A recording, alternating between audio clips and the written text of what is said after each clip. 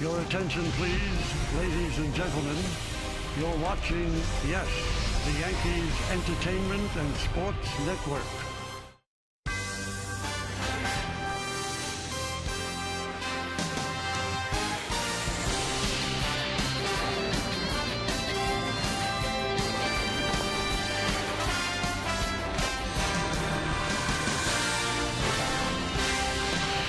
No, this is not the scene of a Lions game.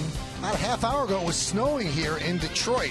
But that weather has blown through, and it is time for baseball as Benjamin Moore presents the Wednesday game of the week. Tonight, it's the New York Yankees against the Detroit Tigers in Game 3 of a 4-game set from Comerica Park in Detroit, Michigan. Hello, everybody, and welcome to Yankees Baseball, along with Paul O'Neill and John Flaherty. I'm Michael Kane. Yankees even up the series last night with a 5-2 win. Another good starting performance, this one by Nathan Eovaldi. But the difference between Eovaldi and CC Sabathia, Eovaldi got some offensive help, particularly from Chris Young. Well, Chris Young, since the beginning of the year, has got off to a great start. I mean, on a team where you wonder where some of your offense is going to come from, Chris Young has stepped up and done a great job. Hit his 4th home run last night, a grand slam in Tampa Bay. The more he hits, the more at-bats he's going to see from manager Joe Girardi. And he is in the lineup again tonight, hitting over 300 since he came to the Yankees in September. Just a great turnaround for Chris Young. Tonight's pitching matchup brought to you by People's United Bank. See what know-how can do. Adam Warren gets a start for the Yankees. David Price, he's the ace right now for the Tigers. And, John, the Yankees have had some success against a really good pitcher. Well, they have, Michael, but David Price, so you see the numbers there, has gotten off to a red-hot start, has only given up 1 earned run in 3 starts, and he attacks you out on the mound. Loves his fastball, will come right at you. You see the numbers right there. The Yankees have done a good job against him, especially last year, the batting average over 330. We'll see if that continues tonight. So the Yankees try to take 2 of the first 3 with this game tonight. There's a finale tomorrow afternoon. Chris Young has been a big part of it, as Paul told you about. You'll hear from him in just a moment. And Meredith Marakovitz will further break down his hot streak next, right here on Yes.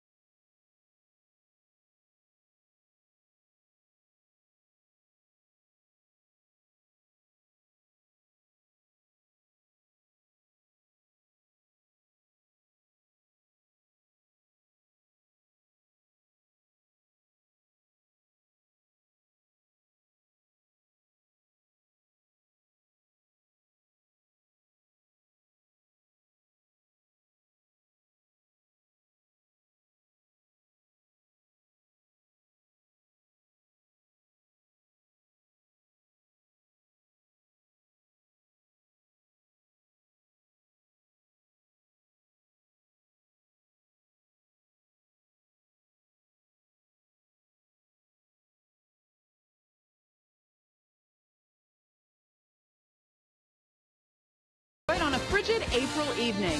Hey everyone, I'm Meredith Marakovitz.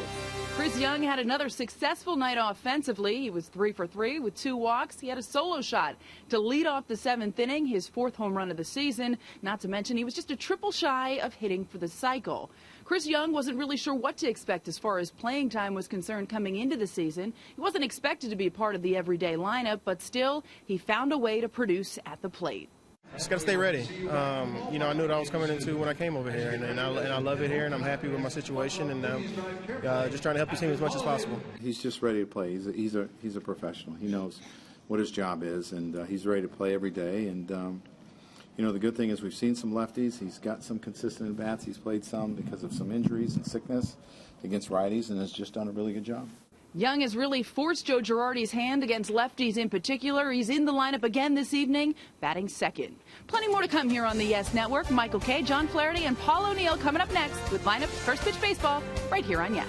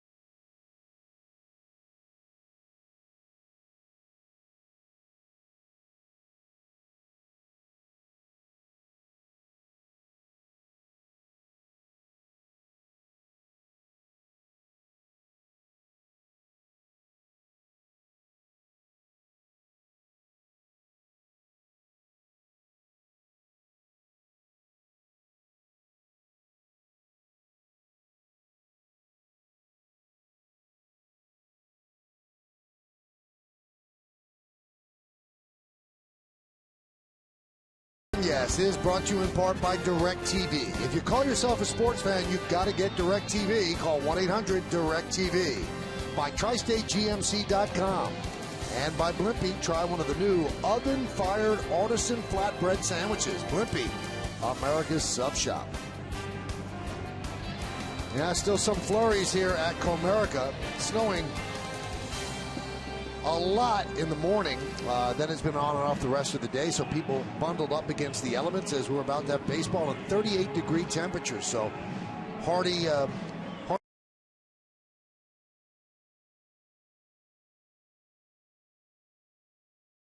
is going to face David Price, and it's presented by Lexus. Jacoby Ellsbury, the center fielder, leads off. Chris Young, we talked about him. He'll be in left field batting second. The number 3 hitter is the DH, Alex Rodriguez. Mark Teixeira's at first base. He'll clean up. The number 5 hitter is the catcher, Brian McCann. Carlos Beltran's in right field. He'll bat 6th. Batting 7th, playing third base, Chase Headley. Gregorio Petit, the second baseman, will bat 8th. And batting 9th and playing shortstop, had last night off, Didi Gregorius. That lineup for the New York Yankees going to face David Price, number 1 guy in this rotation in Detroit. Never easy to face from at 38 degrees. It's going to be a little tougher. Look at his numbers on the year. 1-0, a .40, only 1 earned run in 22 1/3. Look at our pitchers scouting report, which is brought to you by your Honda dealers.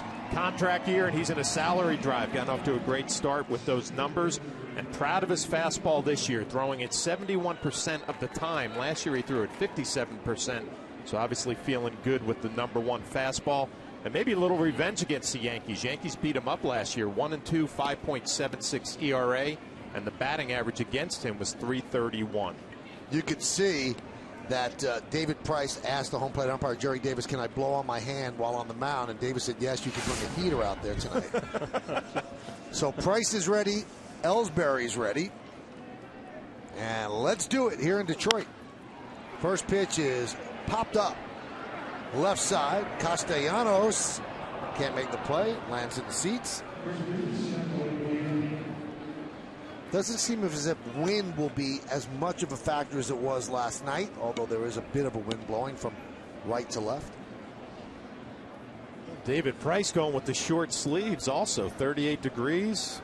You know, you're on the mound, you're pitching, you're throwing, your body temperature's up. Those long innings, those sleeves might catch up to him. But, you know, I never felt like you were cold while you were playing. Yeah. You know, the people who are cold are the people sitting behind the dugout up in the stands. I actually felt the same thing when you're behind the plate catching. You're probably the warmest of anybody out on the field. You're in on every pitch. Those are diehard Tiger fans right there. I bet when they bought those tickets over the winter, and that, you know, a Yankee series, late April, beautiful night, they didn't envision 38 degrees with snow flurries.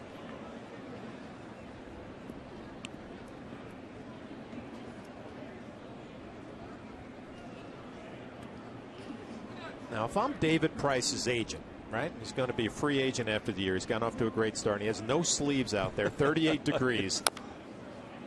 You're just praying he doesn't hurt himself. You know, you look at what he did last year, too, the number of strikeouts, the number of innings, and, you know, it takes a toll on a guy. And then he went from Tampa Bay over to Detroit where he pitched big games. And you just wonder, you know, he's off to a great start, but sometimes when pitchers, you know, throw that many innings, that many strikeouts a year before the year is over, you might see that velocity come down a little bit.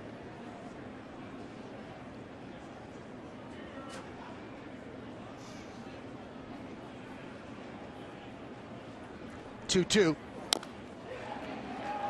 Still 2-2. The rumor has it he's actually come up with a little different breaking ball. I was talking to one of the Detroit guys, and you know, he's always been good fastball, good slider, but every once in a while now he's throwing a slower breaking ball just for a strike, and sometimes they get out lefties. What you need is a lefty when you're, you know, tops in the game. You add another pitch, right? Well, you know, lefties actually are hitting better against him than righties. Skied the other way and out of play. David Price grunt. The last guy I remember grunting, Clemens would do it once in a while, but Nolan Ryan, when I was my rookie, when I came up and Nolan Ryan was grunting out there, I was afraid to even look out there. Put your head down. Man, didn't want to make eye contact, that's for sure.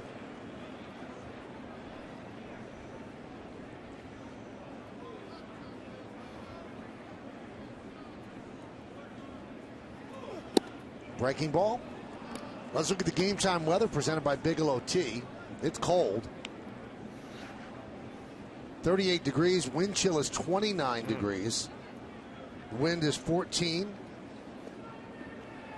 Out of the west and gusting to 25. They expected me to make that out. Chance of snow showers tonight. Oh. And that does not feel good on any day, especially a day like this. They get him in the chest? Looked like it. Right off his hand into his chest, maybe. This is one of those pitches where Brad Ausmus might ask the umpire if he swung at this pitch, too, because he kind of opened up and he had to figure out where that bat, the head of the bat went.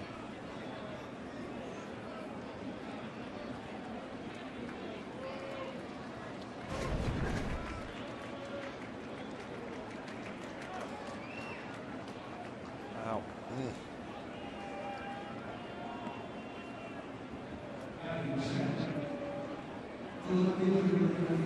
I mean, I think picture's still a lot of words there. I mean, you just got drilled right in the chest. Wow. You just, oh man. Joe Girardi coming out there in a hurry. I mean, that had a sound to it. See, the third base umpire said no, he did not cross the plate, didn't swing. I don't know if I've ever seen that before. Somebody getting hit in the chest.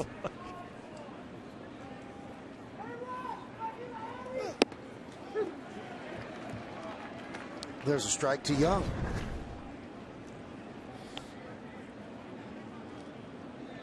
Ouch. It was Ellsbury who felt the pain.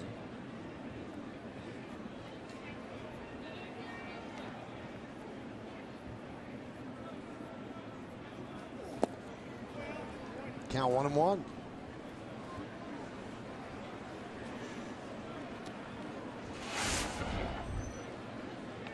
See Chris Young's number 344, 4 home run. Looks like an everyday player's numbers early in the season. And I tell you, we went up through it for the pregame. I mean, Joe Girardi is searching for offense. And if he continues to swing the bat, he's going to continue to get out there in that lineup.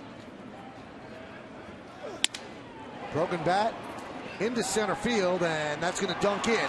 Bad base running there by Ellsbury, but does he get in time? Yes, he does.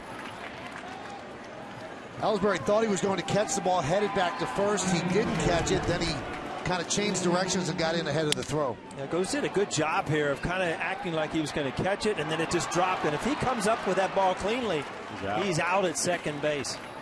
As a base runner, really, you got to try to see the flight of the baseball more than the center fielder, because he'll try to DQ like he did. Yankees get away with it. And Ellsbury's usually an outstanding base runner, but Ghost got him that time.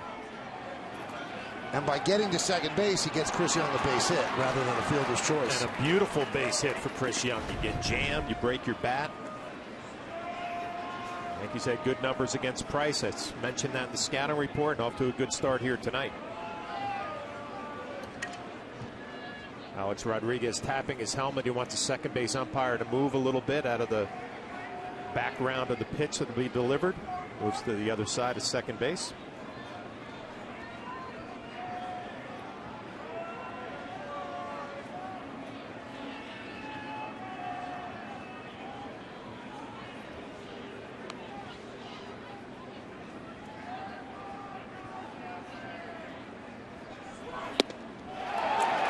Speed on the first pitch. All in one. I think a lot of scouts are saying that Rodriguez is sitting on early pitch fastballs and just jumping on them, so they're changing speed, so he'll have to adjust. I think also, if you look at the scouting report on Price, I mean, he's 71% fastball, so it's a pretty good bet you're going to get one. Changeup is about 16%, and that's the pitch he went there on the first pitch. Throw some cutters and some curveballs occasionally.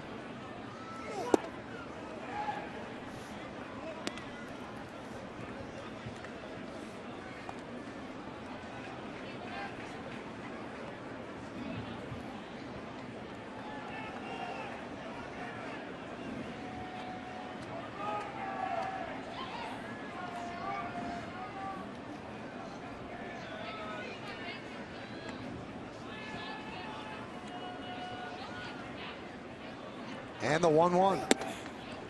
Fastball high, 2-1. Again, to this point in the year, Flash, you know what really looks good at Alex Rodriguez? He's not leaving the strike zone. I mean, he's letting the balls in the dirt go. He's letting the balls out of the strike zone go. And it just, you know, as a hitter, you give yourself so much better of a chance swinging at good strikes, especially in positions like this with men in scoring position. Ellsbury off second, Young off first. Just underway here in the first inning. Well, here's a number that backs that up, Paul. He's had 15 full count plate appearances this year. Only 2 other players in baseball have better. Carlos Santana with 18, Lucas Duda with 16. Taking pitches, seeing them, not afraid to work the count. And he's been like that since the beginning of spring training this year. He should get a good pitch right here. 3-1, first and second, nobody out. Mentioned all the fastballs that Price throws so far this year. Fastball fouled away. So another full count on A-Rod. That's his 16th this year. Let's check out the Tigers defense, which is presented by Geico, Cespedes Ghost, and J.D. Moore.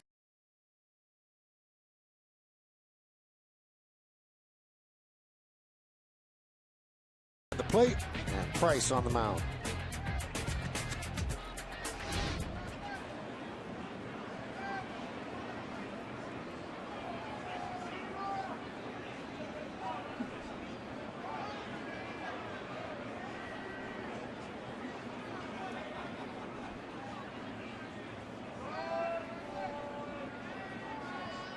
And the full count delivery is swung and missed, pulled the string. Change of pace right there, and one away. I'll tell you what, the 3-1 fastball was right down the middle, and Alex fouled it off. And Price makes a good pitch, 3-2. Looks like a changeup. Rodriguez out in front, a big strikeout for David Price.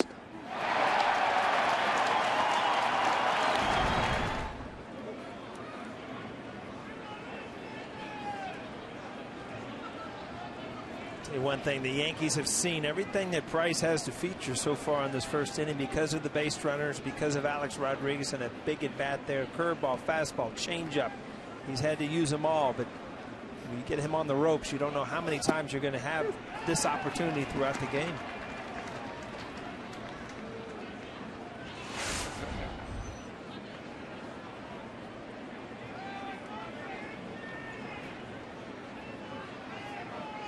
This is one of those nights that the players go to Robbie Kukuza, the clubhouse guy, and say, give me whatever you have to keep me warm.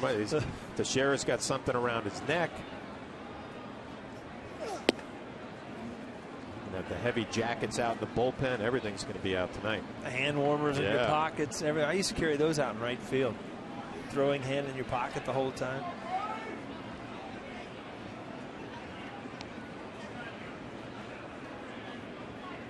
Stevie Donahue sporting the toboggan. Toboggan? Isn't that a sled? I don't know. What do you call this big old hat? Ski cap. Ski cap. Toboggan hat.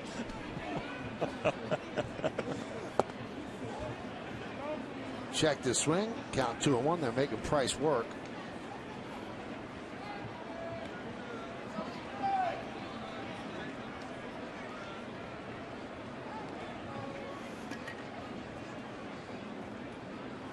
As a team, the Yankees have 20 home runs, which leads the majors.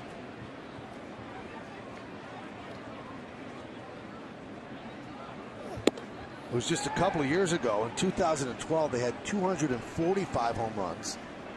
There's been a power outage the last couple of years, but so far this year, ball's flying out.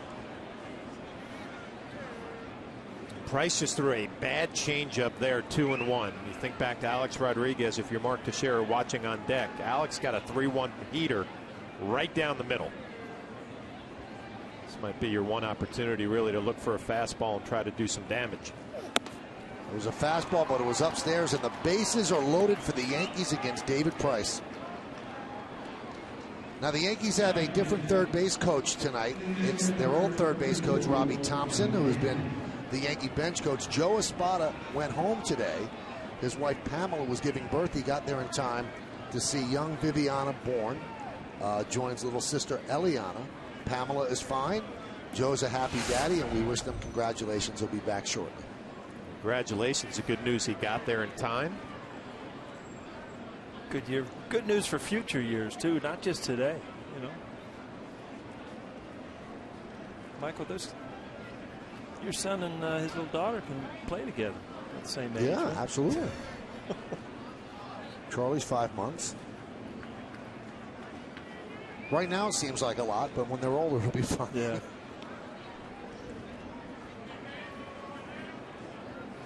Well, again, this has been a series where teams have not had trouble getting base runners. They've had trouble getting base runners in. Big at bat right here from McCann. Yeah, you think back all the double plays that the Yankees turned last night. McCann with good numbers with the bases loaded. That's where you're trying to stay away from the possibility of a double play. Get the ball up in the air if you can. Early opportunity for the Yankees. Give Adam Warren some room to work. Bases loaded, 1 out. Price deals. Fly ball. Left field. On the run is Cespedes. It's going to drop fair. Everybody moves up a base. Scoring is Ellsbury. A bloop single for McCann. And the Yankees lead 1-0. Remember last night he hit that ball hard in the last time up and they gave him an error, so maybe he deserves a little bloop single. But boy, I tell you what, it couldn't have dropped in a better spot, right on the left field line. Ball gets in on him a little bit. Cespedes, you know, you can't really as an outfielder dive for that ball. If it gets by you, it'll clear the bases. How about this rally? Hit by a pitch, broken bat base hit, strikeout, walk, and then another flare down the line. RBI, 1-0 lead. Bases are still loaded. Here's Carlos Beltran hitting 171. Big spot for him. Switch hitter batting from the right side against the lefty Price. And a strike. Poured a fastball in there. 25 pitches already. Price has been a guy in his 3 starts, has thrown over 100 every time out. Yankees have had 1-0 leads in all 3 games this series.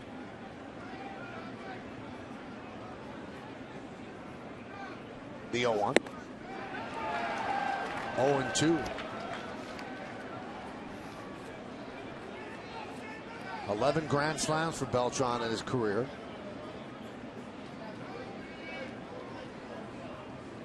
Price this year coming into the game had allowed 1 earned run in 22 1/3 innings. Time that you, as a hitter, you got to not get in the panic mode here. You're 0-2 bases, or you want it to happen so quick. You still got to look for that strike, something you can put the bat on.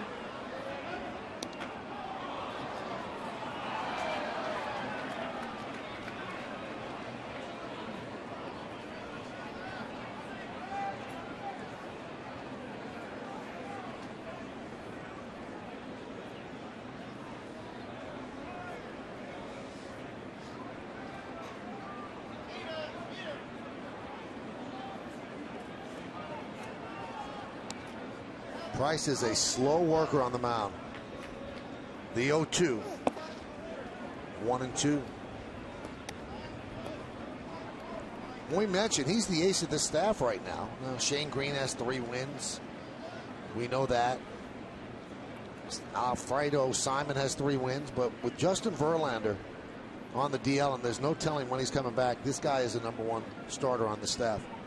He's still the guy that, you know, opposing teams, when you pick up the paper and see who you're facing, we're facing Price. I mean, he's still the name that jumps up at you in that pitching rotation. Overpowered Beltran was as he swings to a 93-mile-an-hour fastball for the 2nd out. And the big out, too, left the strike zone, throwing the ball up and away.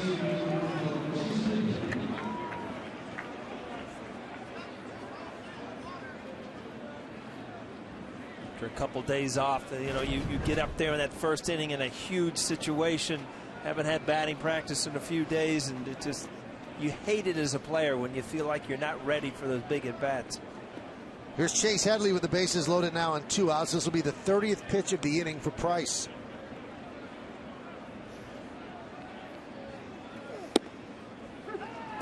Drop that one in there for a strike.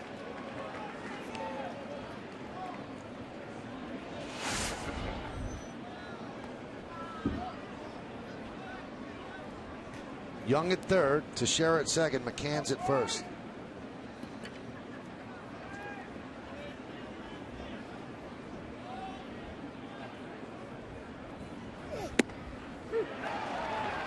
Now 0-2. Tell you what has happened with the Detroit Tigers in this first inning. Price gets out of this inning with only giving up 1 run. He's got to feel like he did a lot. The Yankees had an opportunity, and still do at this point, to put some runs on the board. See if Price climbs the ladder right here. He got Beltran to swing at a fastball up out of the zone. The second strike was up. The home plate umpire Jerry Davis giving him the call. Right after him. You know, do you ever think pitchers realize, you know, how many pitches they've used in the first inning, and just they get to an 0-2 and like, let's try to get this over with? Yeah, enough of this. I got to get out of here. See, a lot of times as a hitter, 0-2, you in the back of your mind, you think he's not going to give me anything good here. He's going to try to hit his, and then you know you see that pitch right there. And obviously a good fastball, but had a lot of the plate.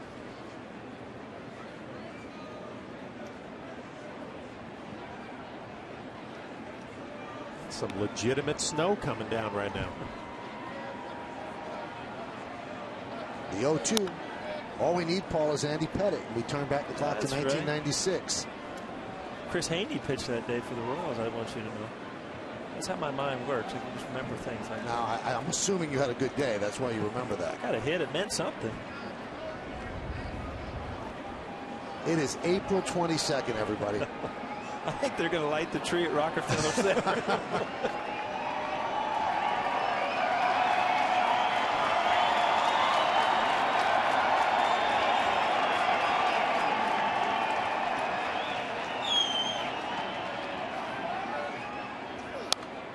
Hanging in there, making it work. April 9th, 1996. Paul, you remember this. I do. Young Derek Jeter. Tino. Couldn't even see that through the snow. See, I told you Rockefeller Center.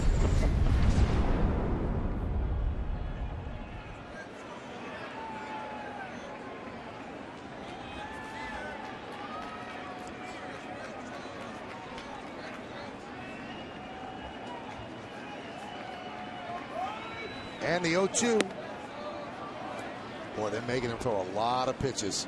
He might be giving his 6th and 7th innings here.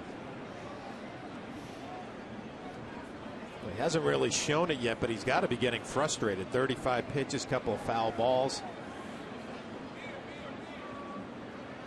Again, Flash, as a pitcher, you give up a run in an inning, okay. You give up 3 or 4, it's a big difference.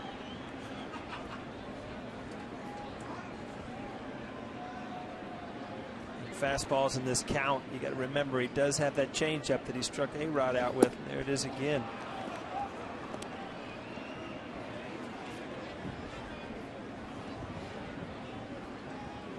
You know, we mentioned the amount of pitches. It's so imperative for a Tiger starter because their bullpen is the weak point of this team. If you can get into their bullpen in the 6th inning rather than in the 8th, increases your chances of winning the game.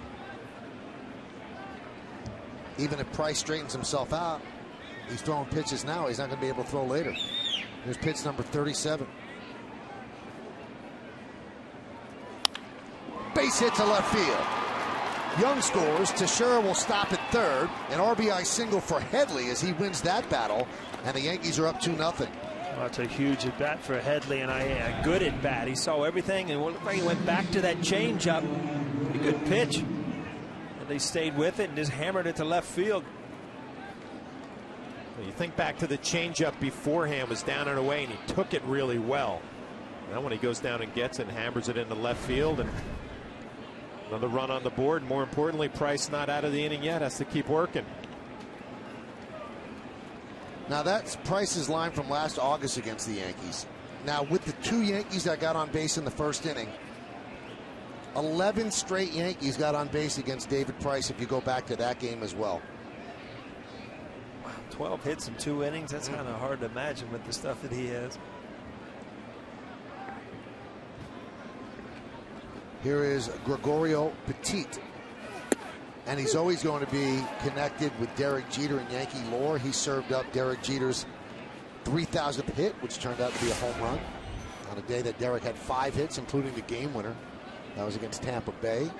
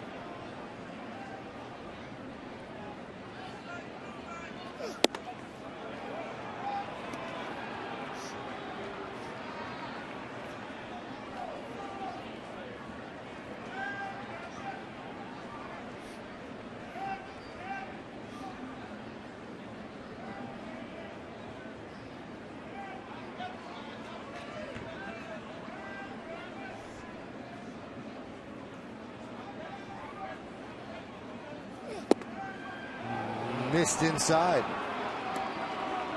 It seems like that strike 1 and strike 2, it seems like that the zone is fairly large, and all of a sudden it gets tight. See, Avila wanted it, David Price wanted it. I'm sure manager Brad Ausmus in the dugout begging for it, trying to get his pitcher back in the dugout.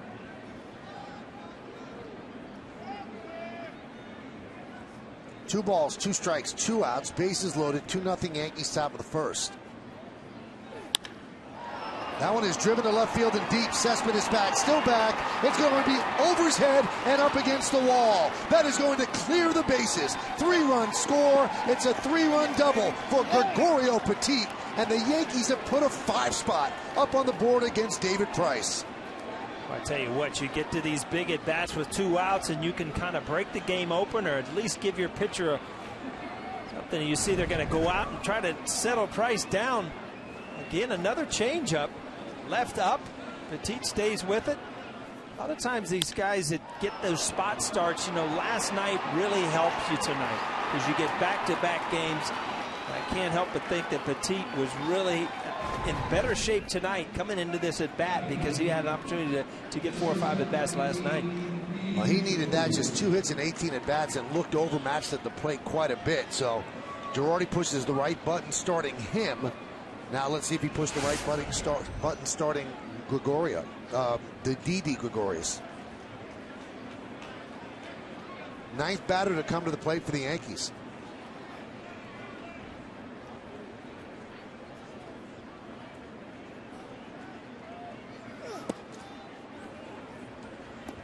Tigers still don't have anybody up in the bullpen.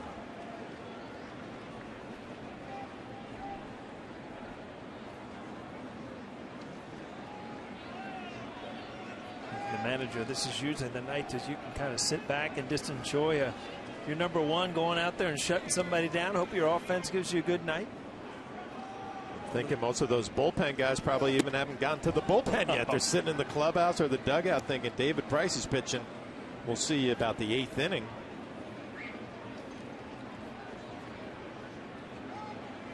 Now, Stephen Drew had a really good game last night, and you kind of thought he would be playing tonight, but his numbers against Price 0 for 10. So that probably made the decision for Girardi to go with Gregorius.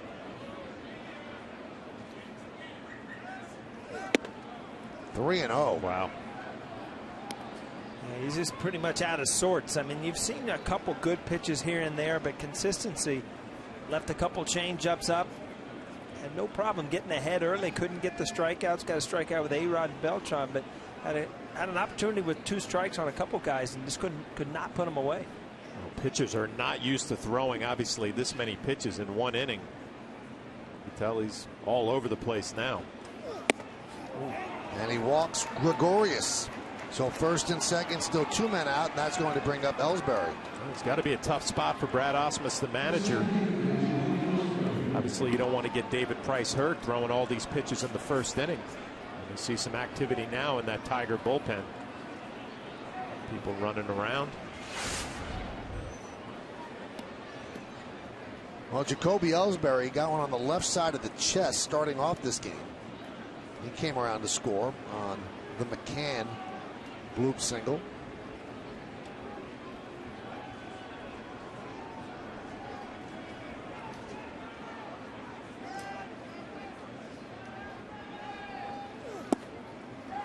Good time to pick up the first RBI of the year right here.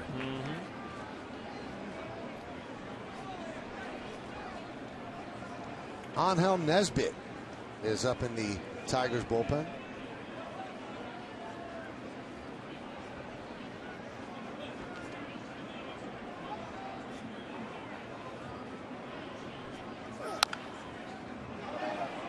Fouled off the foot of Ellsbury. I just looked at David Price, and he thought he had a ground ball to get himself out of the inning, and then all of a sudden he just kind of looked up to the sky saying, it's a foul ball, you got to be kidding me. Yep, off that guard. Now, Al Leiter has always told me pitchers are trained to throw 15 to 18 pitches an inning. Anything over that, and you're really laboring. And now he's closing in on 50 in the first inning. Your mechanics get out of whack. You're exhausted. Your legs are tired. Another base hit. A line drive to left field. Petit is being waved home. Here's the throw from Cespedes. Here's the play at the plate. The ball is not handled by Avila. Run scores, and the runners move up. It's 6-0 Yankees. Flash, I don't have an answer for this. I mean, on paper, you look at one of the best pitchers in the major leagues. You're looking at, a tough night to hit, and guys are getting good swings, big at bats for the Yankees. I mean, early on, Price looked good. A couple of broken bat hits. You see the throw up the line a little bit. Avila can't come up with it. But now, like Michael said, it's just got to be fatigue because he's all over the place. And Ellsbury picks up his first RBI of the year. Wow, 6-0 already. With your hottest hitter up with 2 men on. Chris Young's done a good job handling lefties, obviously, all year. All right, the runners advance on the E7, so that's a base hit and an RBI for Ellsbury, and Gregorius moves to third, Ellsbury to second on the throwing error by Cespedes.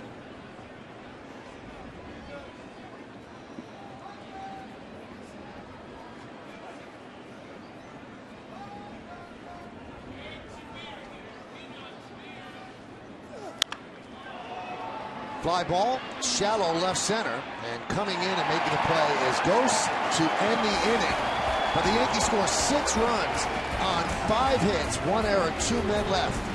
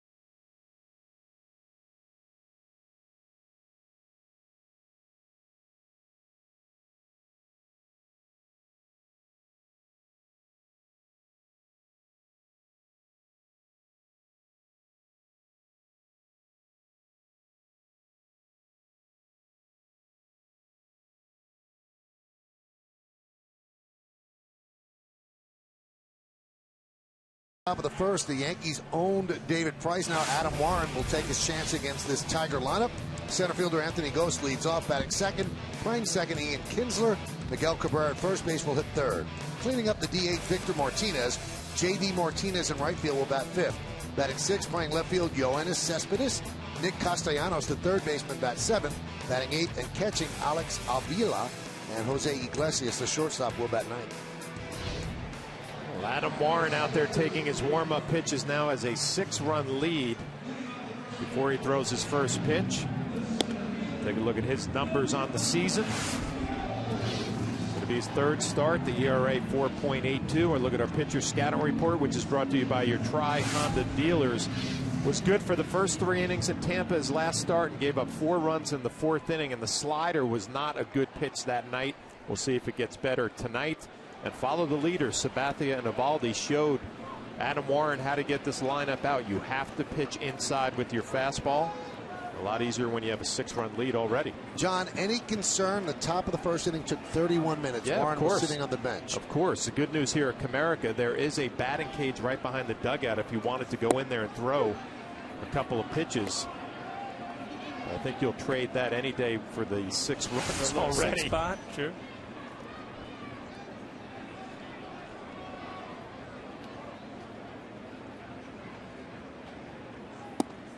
Now, David Cohn always says that one of the best pitchers he ever saw with an early lead that worked very well was David Wells, because he knew how to throw strikes, but they weren't just over the middle of the plate. Some pitchers have trouble with a big lead. I actually think it's more mental. You almost have to trick yourself into it's a 1 or 2-0 game, and you know, stick with your scouting report and your game plan. And Brian McCann will have a lot to do with that. Sometimes pitchers get into a habit. Oh, I have 6.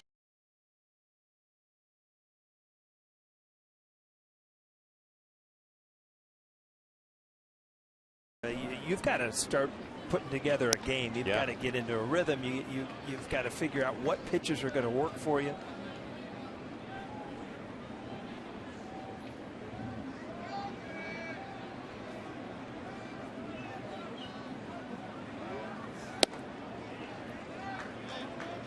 Count full at 3-2. Jerry Davis, the home plate umpire. We told you that. Phil Cuzzi at first, Tony Randazzo at second, and Will Little is the third base ump tonight. Just foul. Well, we've talked about it for 2 nights. The lineup for Detroit is potent. They're powerful. They have power. They have speed. The Yankees have done a great job for 2 games. So obviously a long way to go in this one. If there's any lineup in the league that can come right back at you, it's this one here in Detroit. And that's not what you want to do with a 6-0 lead. Walk the leadoff batter, and that's what Ghost does. He walks. Let's take a look at the Yankee defense behind Warren. Brought to you by Geico. Young, Ellsbury, and Beltran left to right in the outfield. Infield, Headley, Gregorius, Petit, and Teixeira. That's third to first. McCann's behind the plate. And Adam Warren, we told you about him. He's on the mound.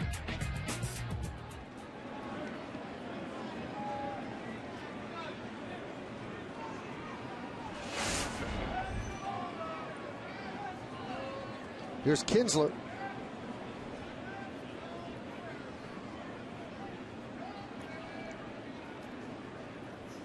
Yankee defense has turned 7 double plays in the first 2 games of the series, 4 of them last night.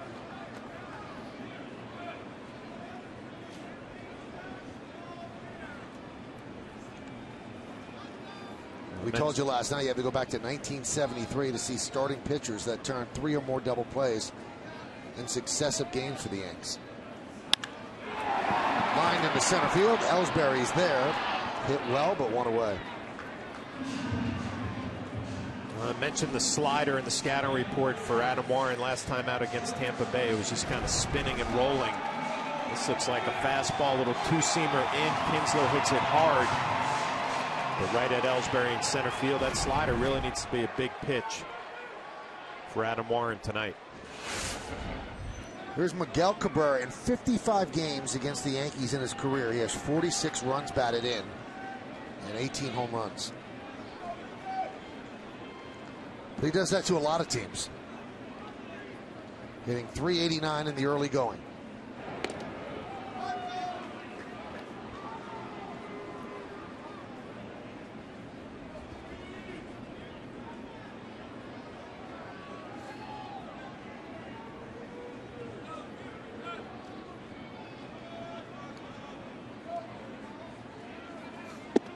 The Yankees have held Cabrera to 1 for 7 in this series.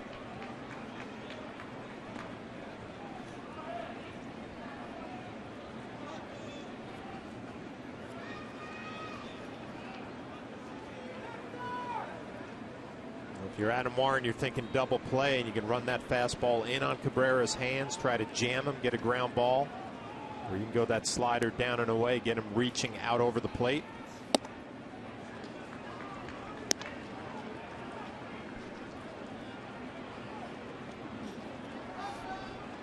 Or you can get behind 2-0 and kind of hold your breath. Huh? Dangerous pitch right here.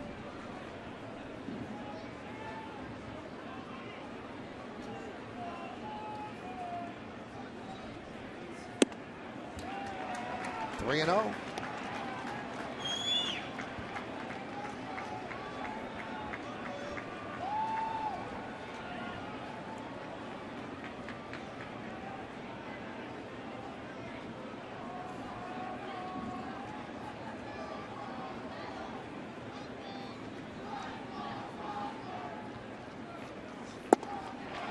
And he walked him. 2 walks here in the first inning with a 6-0 lead.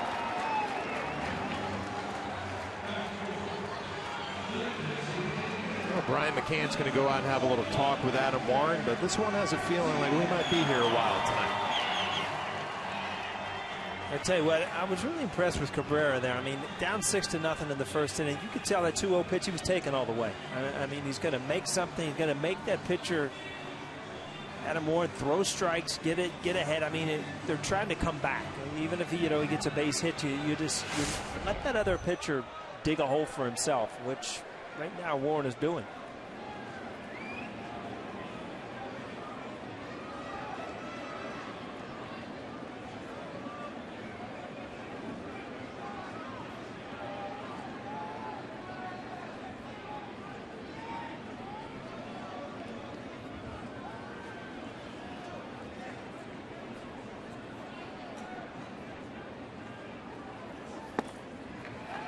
Inside to Victor Martinez. Well, he has liked playing here in Detroit. Look at the numbers he's put up last year in a free agent season. 335, 32 homers, 103 ribbies, and there was some thought, would they bring him back at his age? But there were bidders for him, so they know the protection that he gives Cabrera. They brought him back. Now, batting from the left side is painful to him because his left knee is bothering him. And it was suggested to him, since he's a switch hitter, to bat right-handed against righties. And he said, absolutely not. I will not do that. Boy, it's such an advantage to be able to turn around as a switch hitter, if you want to give that advantage away.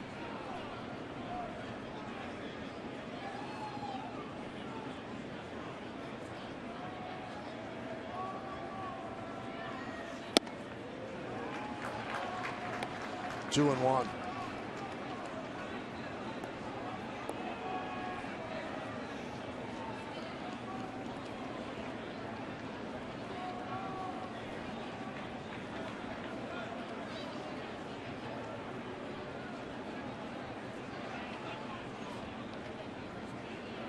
First and second, 1 man out. And Warren just does not have the strike zone now. Not to make excuses for anybody, John, but is this the manifestation of sitting on the dugout bench for 31 minutes? Well, it can be, but at this point, you've thrown 17 pitches in this inning. You got to start locking it in at some point with a 6-run lead. I'm sure everybody out on that field is thinking the same thing. Let's go, throw some strikes. You're talking about when you get cold in the game. When you're on the bench, you're fine. When you're hitting, you're fine. You're running around, you're fine. When you're just standing out there and a guy's throwing ball after ball after ball, this is when you get tight, you get cold, you get frustrated.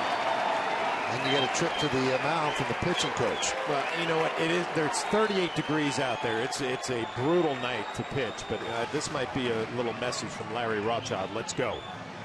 Throw ball over the plate, take your chances. Are any of these ever scoldings, John? Sure, of course.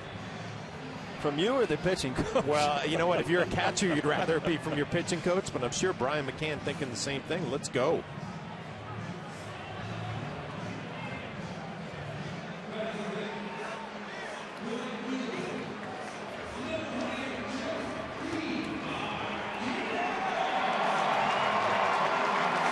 Warren will face J.D. Martinez. Bases loaded with 1 out. Bottom of the first. Top of the first, the Yankees got to David Price for 6 runs, but a lot of that could go away with 1 big swing.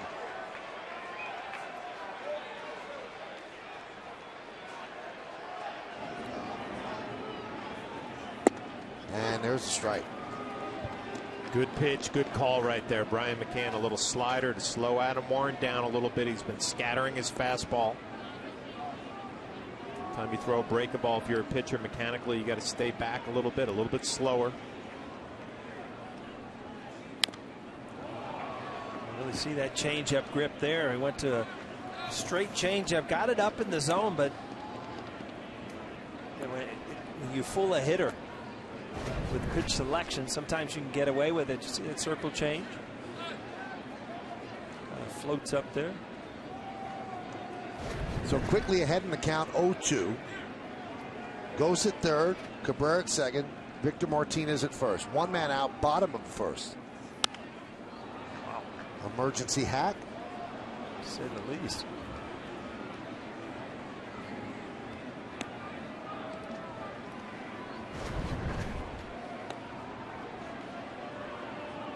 It's the first fastball of the count right there. Those off-speed pitches in his mind, and all of a sudden you're beat. You just got to somehow foul that ball off.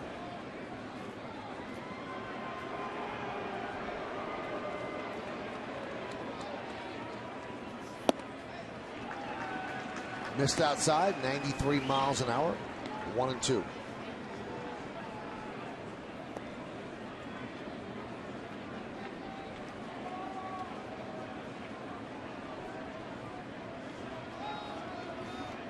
J.D. Martinez, we talked about it, restructured his swing inside out, driving the ball to right field, likes it away from him a little bit.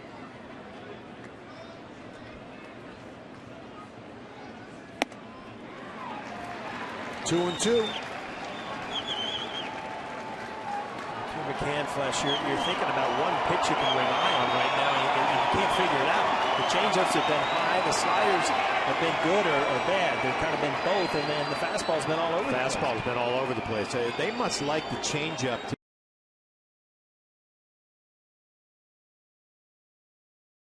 And the count is full of 3-2. A pitch away from forcing in a run. Price threw 51 pitches in the top of the first, and now 24 by Warren here in the bottom of the first. Yeah, it wasn't a bad slider right there. Martinez just laid off it.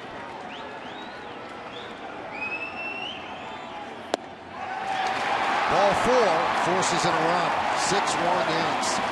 4 walks by Adam Warren. Yeah, well, that pitch right there looked pretty good. Jerry Davis behind the plate doesn't give him the call.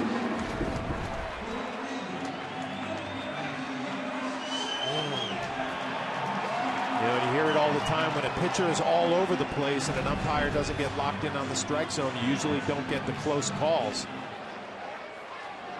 Yeah, I'd want that one too if I'm Joe Girardi.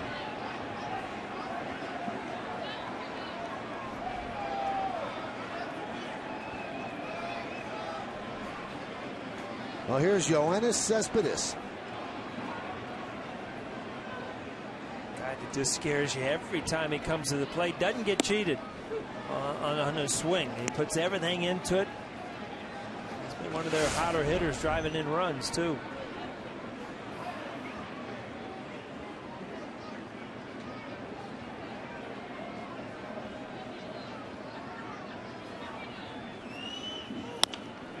Grounded and grabbed there by Gregorius. Goes to second. They do not get the force.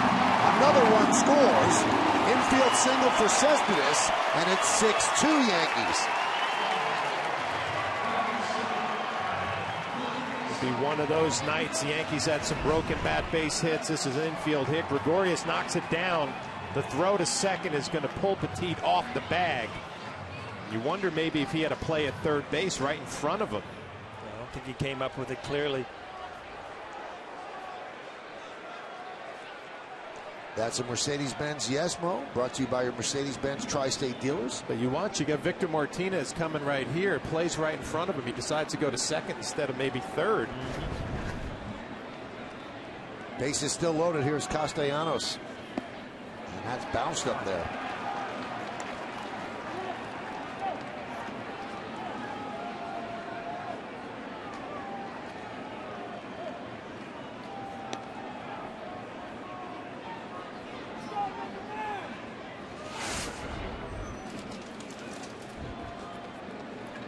Those all your game notes you just threw away? Just throw them away. My scouting reports.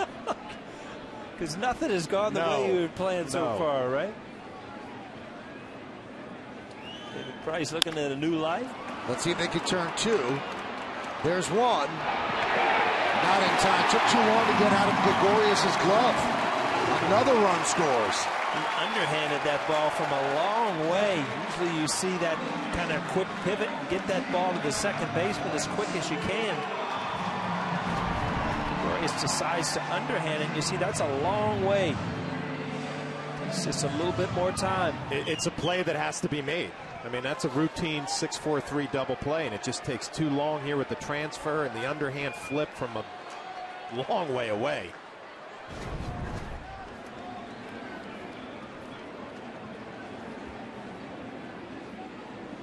Well, here is Avila with runners on the corners and 2 outs. A strike.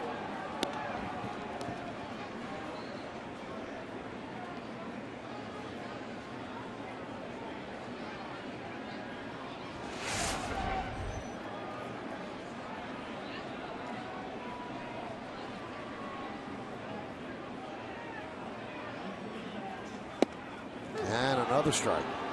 Count 0-2.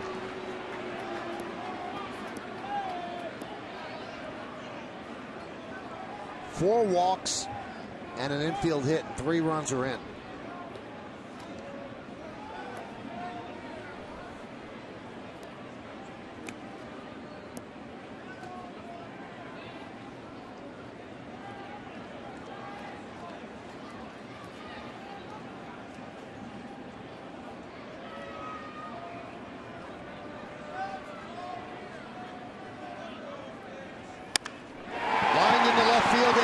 Hit. Scoring Martinez, Castellanos to second. It's an RBI single for Avila, and it's 6-4 Yanks. An 0-2 pitch looked like a hanging slider right down the middle of the plate. It's just, you've got to throw a better pitch here to 0-2. That was the slider he was throwing in Tampa the last outing.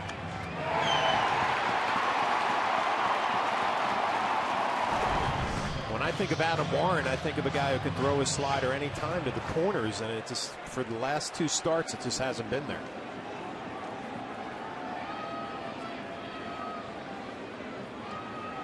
Ninth batter to come to the plate. Here is Jose Iglesias.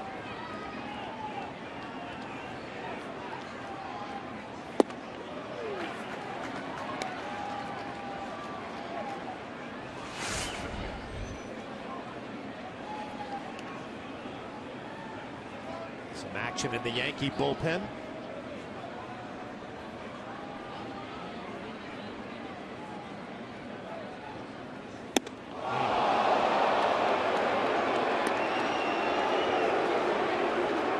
Two pitchers with decent control all over the place. Does the weather have anything to do with it? Oh, it has to have something to do with it. Esmail Rogers is up.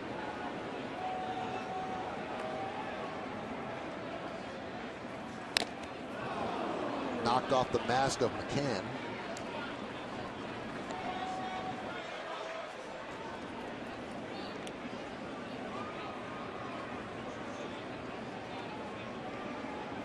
And Iglesias, kind of a younger player, kind of a hot player, hitting the ball well. But, you know, you're in a 2-0 count there. You saw your best hitter in your lineup, Cabrera, take a 2-0 pitch, just letting this pitcher just kind of dig a hole.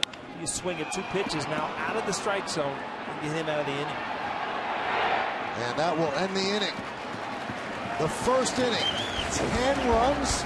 Would you believe it? If somebody said that to you, you'd say, no way. It's 6-4 Yankees as we go to the second.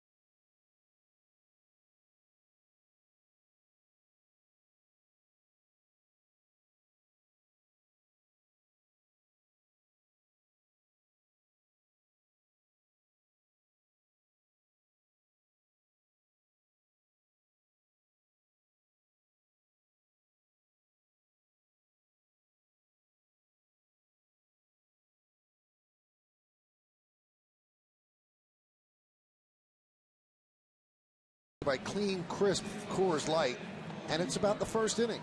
10 runs total, 20 batters total, 6 walks, 87 pitches, and by the way, it took a cool, crisp 52 minutes to get 6 outs. That's all? That's it. Felt a little longer than 52 minutes. Well, let's see if David Price found his mojo on the bench. His team picked him up, got back 4 of the 6.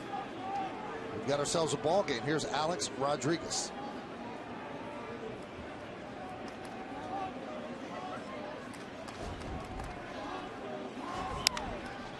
High pop-up. Left field. Cespedes. One away.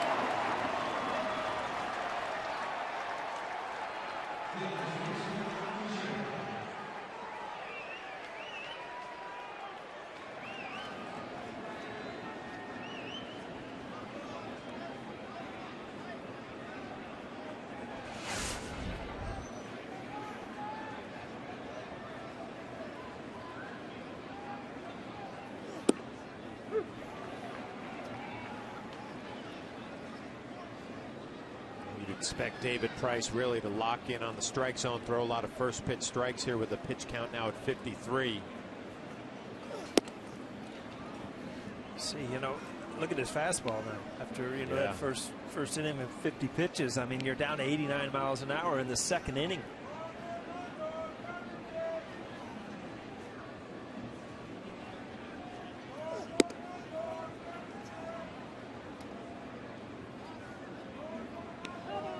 Pitching coaches tell me, when a pitcher goes out there and throws that many pitches, get him back in here with a 7 or 8 pitch inning.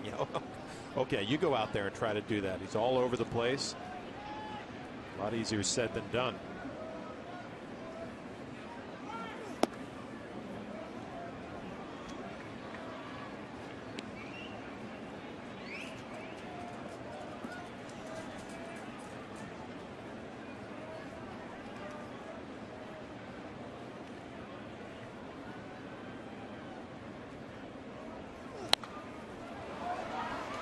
Three and 2 on Teixeira. Teixeira walked and scored in the first.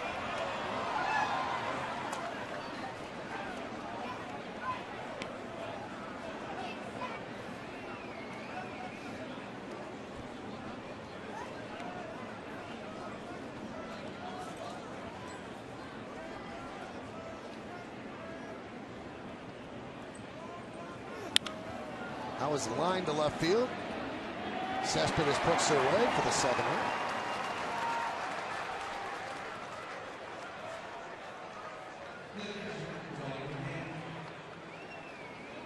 Did Cespedes throw in after he caught that ball? Wow.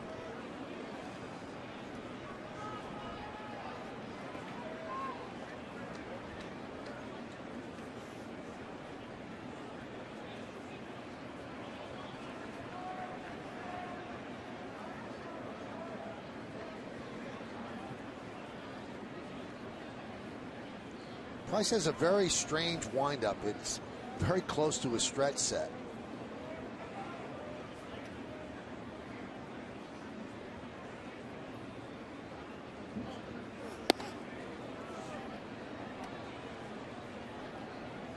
He's very, very deliberate on the mound.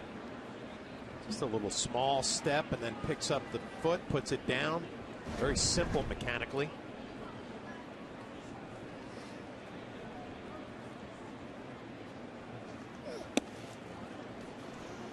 Fastballs?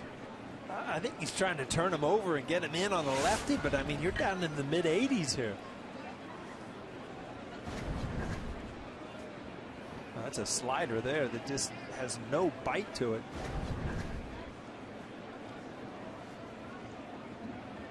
Shift is on for McCann. And that one's popped up. Price on the run, so is Avila. Top of the Tiger dugout.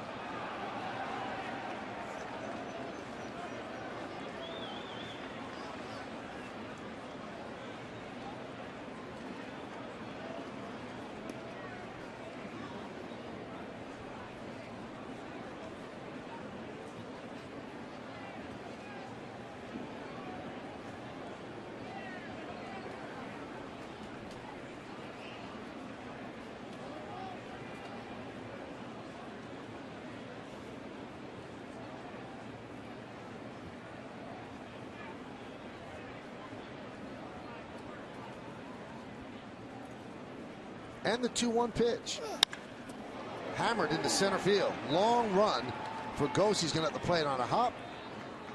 And Brian McCann is 2 for 2. Now the first hit from McCann going the other way got jammed and dropped it right on the line. This one hard hit right back up the middle. Look at that. Now you're 2 for 2 in the second inning. Off Price.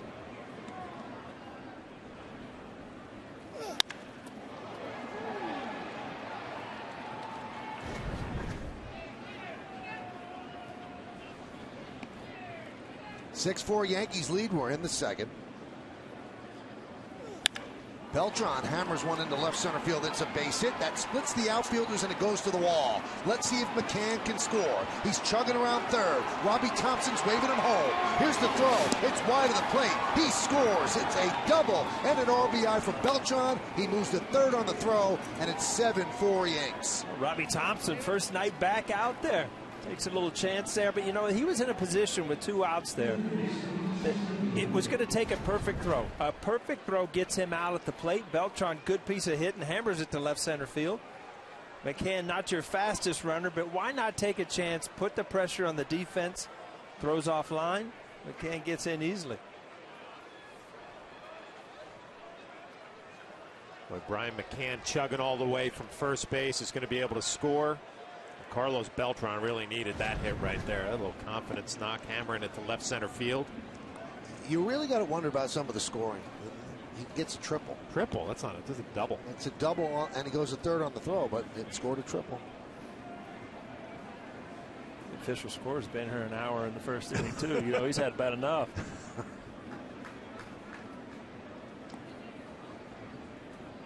Here's Chase Headley. Wow, jumped on that fastball. You see the swing some of these guys are getting off Price. You don't see this very often. You're just seeing one of the better pitchers. He's having a night where he can get nothing going. Tonight, coming off of the numbers last year, the Yankees hit over .330 against Price last year.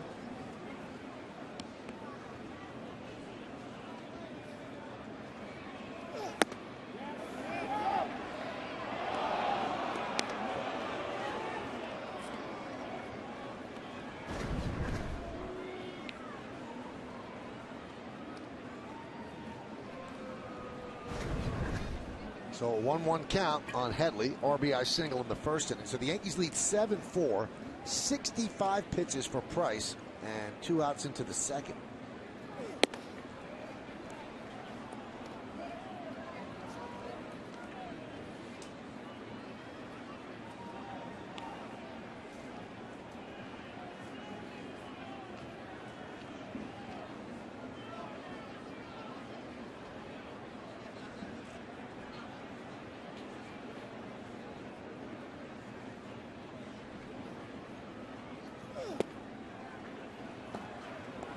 And the count 3-1.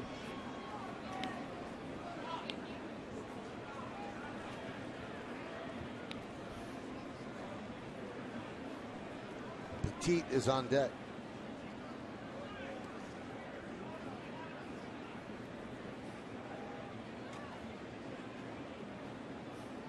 The 3-1. That one is lined into right center field. It is a base hit. It's going to split the outfielders and go all the way to the wall. Scoring easily is Beltran. Going to second now, heading to third is Headley, and it's 2 triples in a row for the Yankees as they lead 8-4. It's amazing, Flash, and I don't know what you do as a catcher. You don't know what fingers to put down. You can't get anything from your star pitcher. The swings, the pitches, ball out over the plate. Headley does a great job of staying with it, shooting it to right center field. At some point, if you're the manager, Brad Osmus, don't you just say, you know what, enough's enough. This is my #1 guy. I got to protect him a little bit. He's obviously having trouble at 38 degrees. Getting beat up by the Yankees, giving up 8 runs already. Assuming you got to start thinking about protecting him for his next start. They're going to intentionally walk Petit and match up Price against Gregorius. I mean, that tells you what they think about Price's stuff today. If you've got to intentionally walk Gregorio Petit You're walking a guy who's hitting 158 intentionally to get to a guy who's hitting a robust 200. I'm glad to see you have lost your sense of humor, Mike. Paul, if we don't have that, what do we have? Snow. Well, snow in Detroit.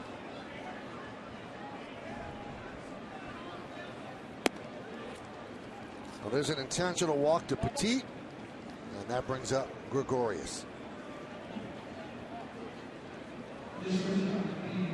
How many times Petit has been intentionally walked in his career, minor leagues and big leagues? Might be the first. I was going to say the last. Could be the first.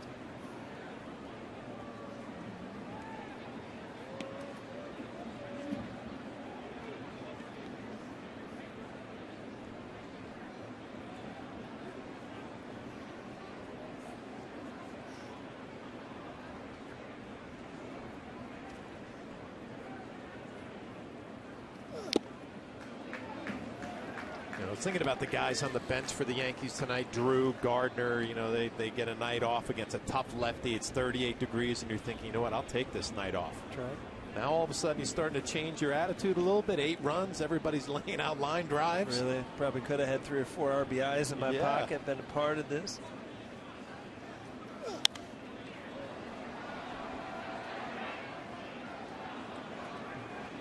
Price has gone just fastball only at this at bat against Gregorius. Let's see. Let's see if I can get an out here. Somehow get out of this inning.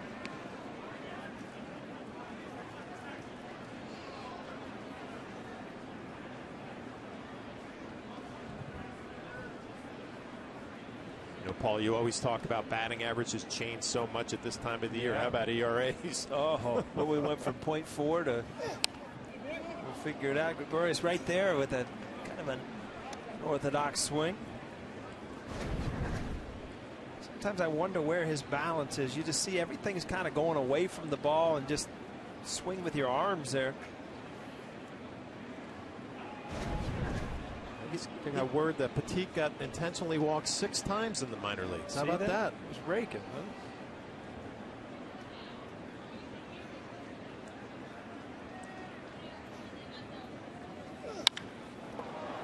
Fly ball, center field, and that will do it. But the Yankees pick up 2 runs, and they do it in a way that you don't really see that much. Couple of triples in a row. Carlos Beltran drives home Brian McCann, and then Chase Headley follows with a triple of his own. Yankees lead this one 8-4.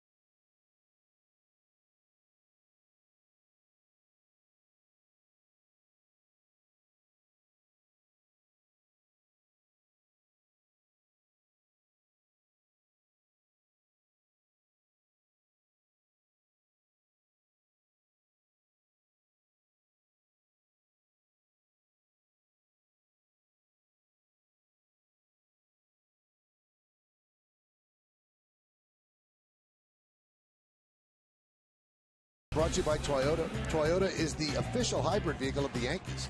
Here's how we started the conversation. Do you think the Tigers' rotation this season is better than the rotation they had at the end of last year? Why or why not?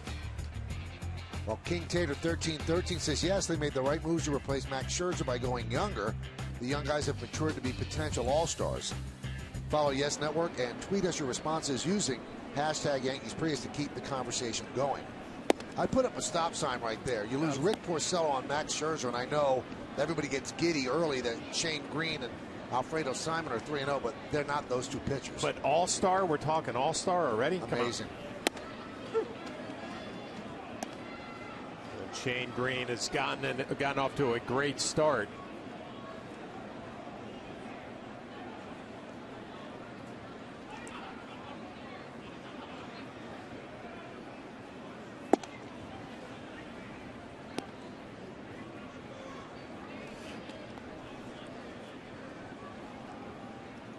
I'm sure there were plenty of conversations with Larry Rothschild, the pitching coach, in between innings for Adam Warren. Whatever those conversations were, it hasn't translated out on the mound so far. Behind in the count again, 3-1. Frustrating for a manager, a pitching coach, a catcher, everybody involved. Sky the other way and out of play.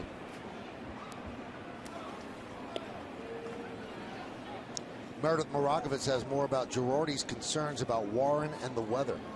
Well, Michael, obviously both teams are on an equal playing field. Both pitchers have to deal with it, and you see obviously both are pretty affected tonight so far. But Joe Girardi said his biggest concern with Warren is getting the grip on the baseball, saying that the baseball will be slick tonight just because of the weather conditions. And for Warren, that's not great news because he's not just a fastball guy. He relies heavily on his off-speed stuff, usually mixes in about 4 different pitches. So I said to Joe Girardi, do you worry more about a guy like that pitches that way? And he said, well, Nathan Eovaldi seemed to find it last night. Hopefully Adam can work his way through it. Sometimes it takes a couple innings to get yourself going. So we saw him have a tough first inning. Maybe things will change here in the second and then third. Well, we'll see. You can see he's laboring. Count still 3-2 with a foul ball.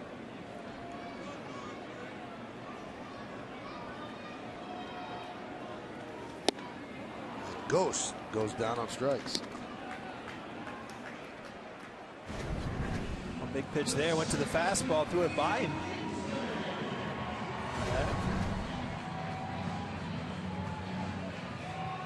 Outs are like big things tonight, Flash. Huh? If you can get an out, you're like way ahead of the game. You know, he's got to be thinking, are you serious with this? Is CC Sabathia? You know, the game one, I'm out here throwing a gem, and nobody can score a run. And tonight we can't get out. A strike to Kinsler. Kinsler with a fly ball to center in the first inning. Yankees lead 8-4, 6 runs in the first inning, 2 in the second against David Price, who came into the game with a 0.40 ERA. 2 quick strikes on Kinsler. 2 quick strikes. Maybe you can find a rhythm like Meredith was talking about here.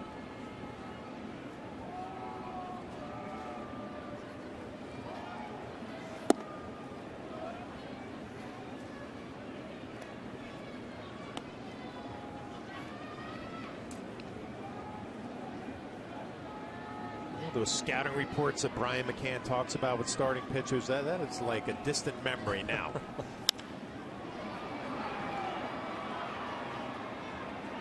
And Beltran puts it away for the second out. You're basically now in the second inning just trying to find a way to throw some strikes, try to get ahead in some counts. Yankees had back-to-back triples in the top of the second. You might wonder when's the last time they did that. You have to go back to May 19th of 2011. Tonight it was McCann and Beltran. On May 19th, 2011 at Baltimore, it was Brett Gardner and Derek Jeter.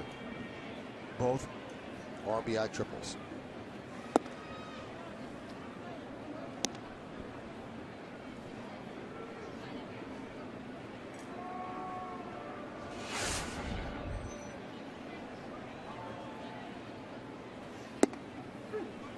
There's the strike.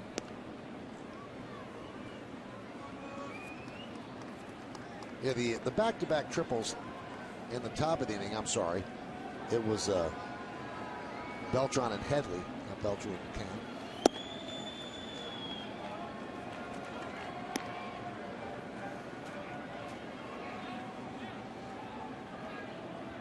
You watch it early, and Jerry Davis, the home plate umpire, would have a hitter's strike zone tonight. Borderline pitches not going the pitcher's way. And I can understand why. Pitchers are all over the place. You're not getting anything close. But isn't it Got to be tempting on a 38-degree night to say, you know what, boys, I'm opening up the strike zone. Let's swing the bats. Swing the bat.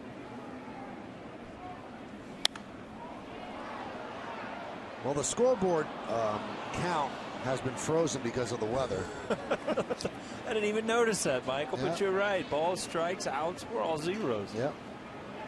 I said 38 degrees. It's now 36 degrees.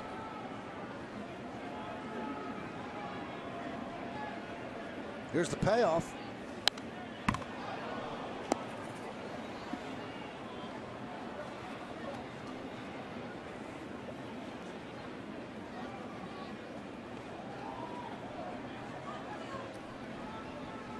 They thought it out.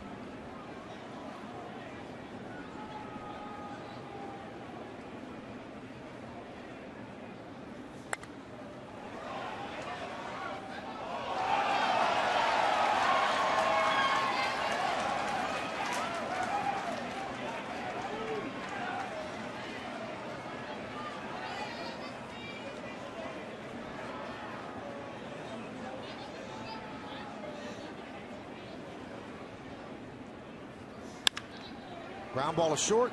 Gregorius to first, and Warren comes back with a 1-2-3 inning here in the bottom of the second. We played 2 in Detroit. Yankees 8 and the Tigers 4.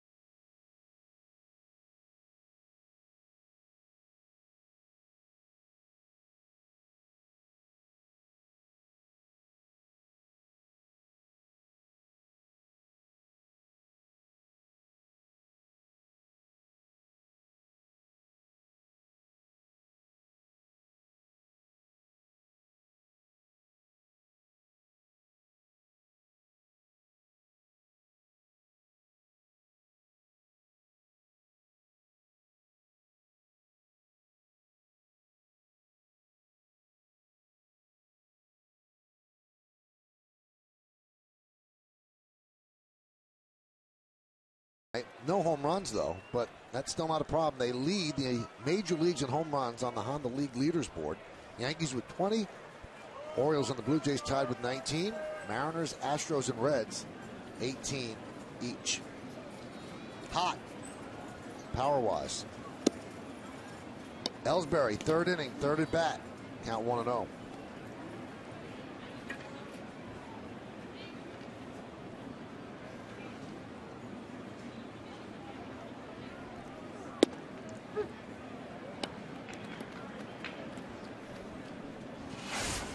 Ellsbury hit by a pitch, left side of the chest in the first inning, scored. RBI single later in the first inning. And that was his first ribby of the year. I wonder how that chest is feeling now. It was 38 degrees to start the game. Now it's 36 degrees. Audi 8-3 scoreboard, 8-4 Yanks.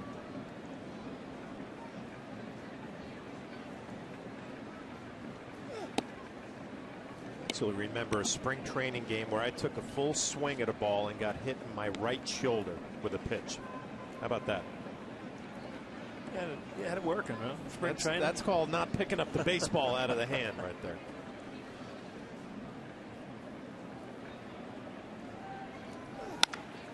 Line into center field. It's a base hit.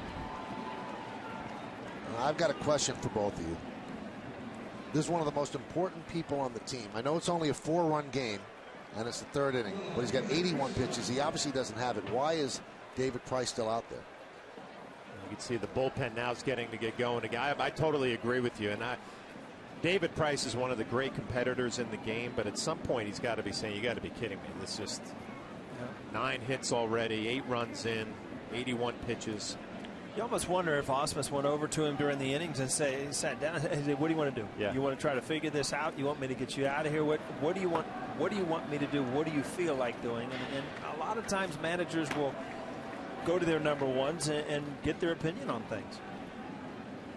But again, how many number one guys do you go to and say, you want me to get you out of this game? Yeah. No, I want to go out there and eat up some innings. And You almost have to save him from himself. right.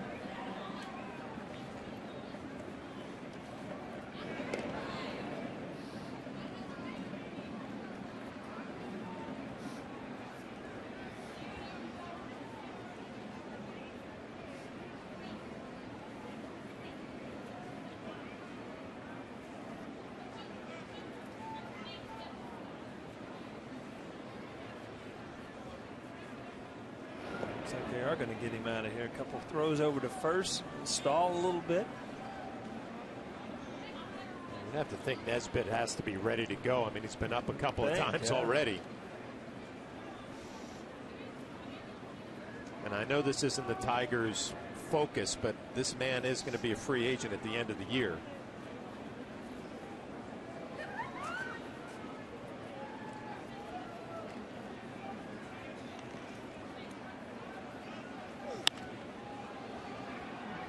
Now you can hear when Price delivers the baseball, there's that grunt. Is that a distraction at all when you're at the plate? No, I never. Like I said, the only other guy I remember was Nolan Ryan, and it's not like you were going to stare him down or anything when he did it, but I didn't think it was, no. I mean, there were times where you got everything together right, and you hit a ball, and you know, little grunt right back at him. Does it distract you when you play tennis? Not really. Really? I haven't played so long, I kind of forget, to tell you the truth. Distracts me now when that little white ball doesn't listen to me. It kind of goes right when you want it to go left, things like that. No grunting. No.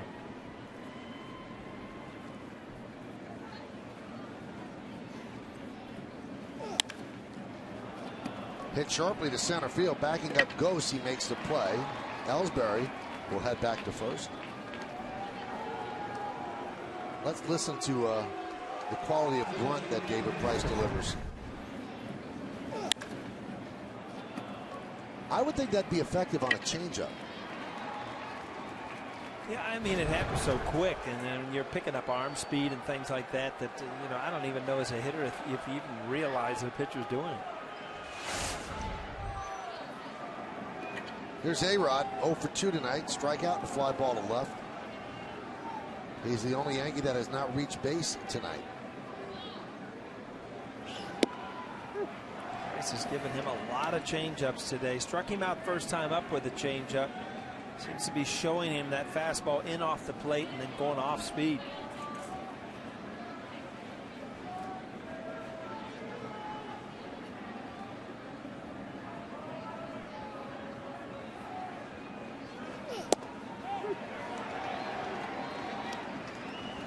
Oh and 2. 8-9-0 for the Yankees. 4-2-1 for the Tigers. The first 2 games, well-pitched games in terms of the starters, but not tonight.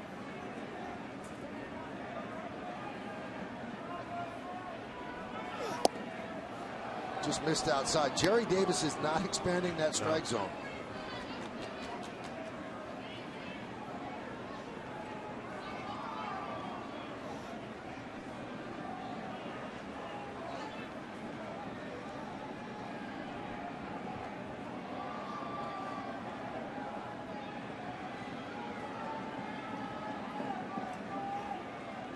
And the 1-2. 2 and 2.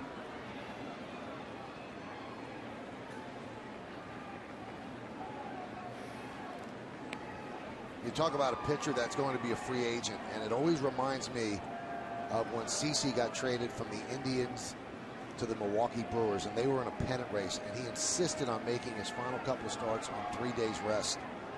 And his agent called him up and said, "You can't do this. You're going to be a free agent." He said, "I'm doing it." And that's all there is to it. And he pitched the Brewers into the playoffs, and then he got a big contract from the Yankees nonetheless, because he showed people it was more about the team than his free agency coming up.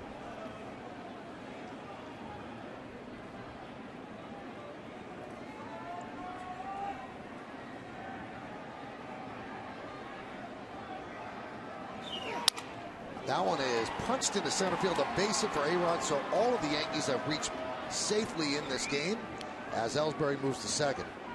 The balls that are hit hard are base hits. Broken bats are base hits.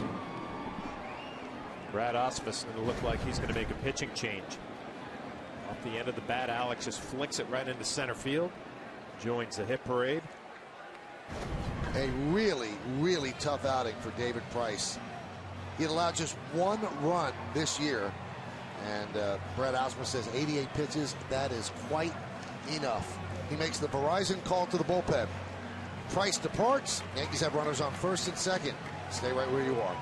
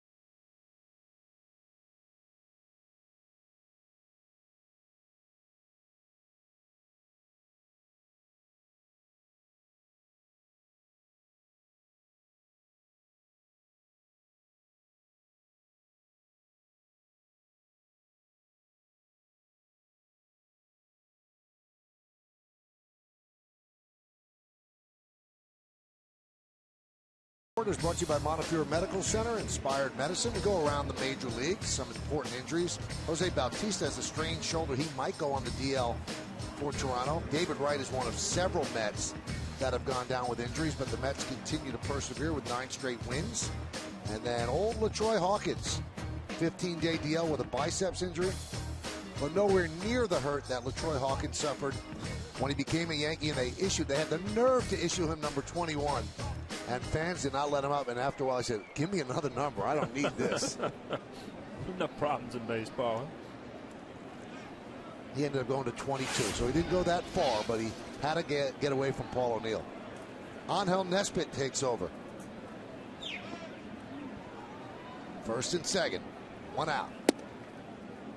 And the pitch to Teixeira is inside 1-0.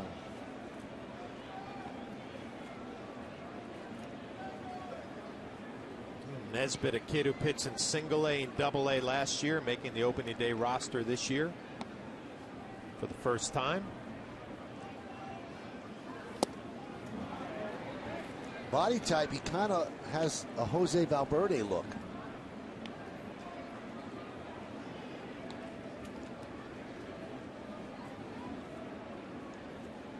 That was the thrill-a-minute closer here with the Tigers. Center field. Ghost makes the play. Tagging is Ellsbury. He'll go to third. So 2 down. Runners on the corners, and McCann comes up.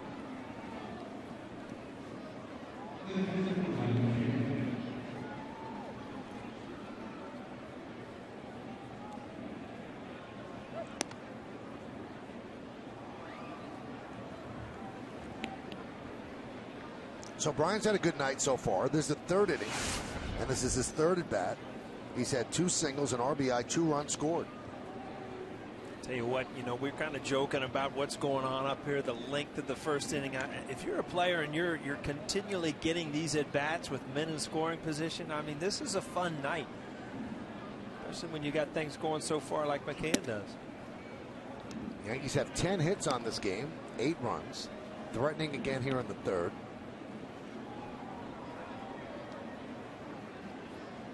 If you're Brian McCann, you're thinking this could be the night, could get me right where I want to be. 2 for 2 already, batting average at .262 now.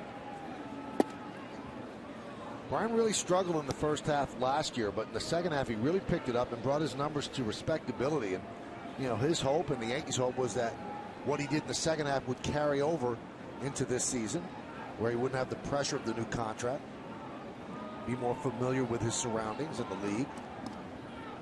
So hitting .262. 3-0.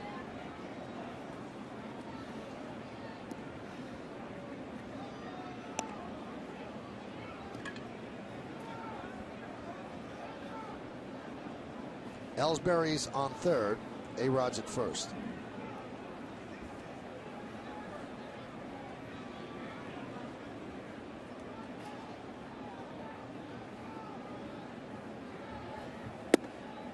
And a strike.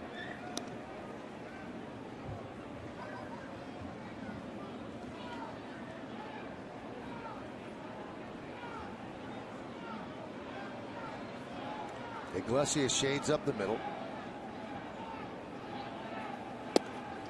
And the count 3-2, so that will release A-Rod at first. And Cabrera will play behind him.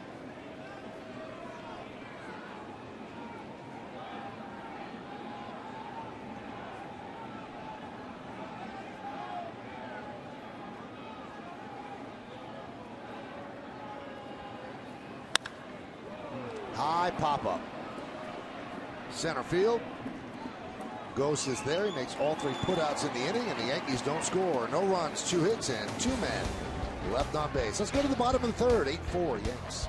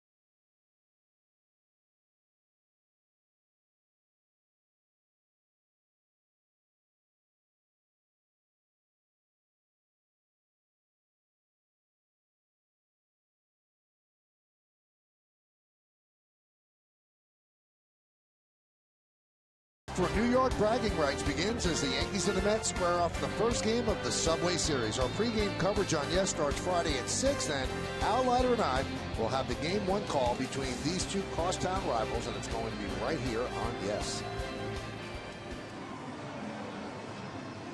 David Price's line is complete. 2 1/3 innings, 10 hits, 8 runs, 3 walks, 2 strikeouts. He threw 88 pitches, and that's remarkably similar to the line that he had at the end of August last year. He has really never pitched up to his level consistently against the Yankees. He's had his games, but the Yankees have gotten to him more than other teams have gotten to him.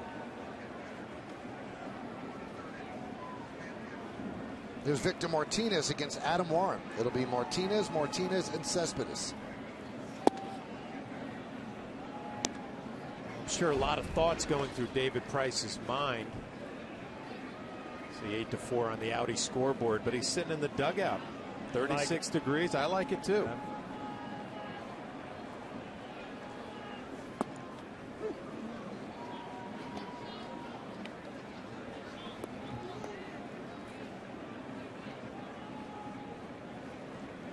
Shift is on for Victor Martinez. You know, they talk about speeding up the game. Victor Martinez takes forever to get in the box. And April is the month where they're going to warn you, and you'll see that they start finding people in May. But Victor, you know, he steps out, and not supposed to step out of the box. He's out of the box right now. And the veteran hitters are going to have a hard time with this. David Ortiz said, I'm not stepping out of the box to pose.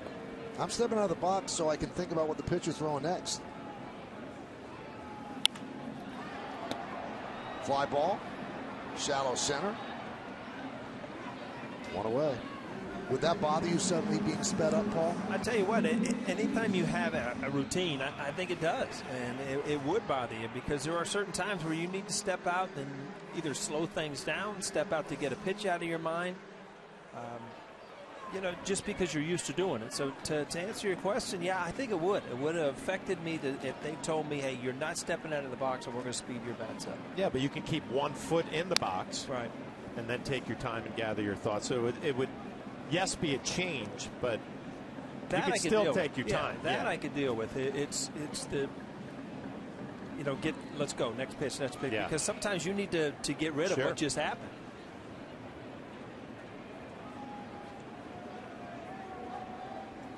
Now, I understand what you're saying because it's a habit that's built up over your whole career. But how come the guys in the 40s and the 50s never stepped out, never thought about it, and they were able to do it? Yeah, I mean, it's a different game, different times, obviously. I don't even remember, and Michael, you might. I mean, was I a guy that took a long time to get into the box? No, Bernie was. Yeah, Bernie was. Bernie was. I think that was part of Bernie's plan, though. I think he annoyed pitchers that way. And catchers. Ground ball is short. Gregorius boots it. And another error for D.D. Gregorius. Might have gotten him on the bare hand as well. This has not been the start that D.D. and the Yankees envisioned. Well, even the plays that aren't errors where he took a lot of time delivering the ball to second base on the possibility of a double play. Shaking that right hand. Sometimes that ball pops up and then, you know, it hits you right on the fingertip.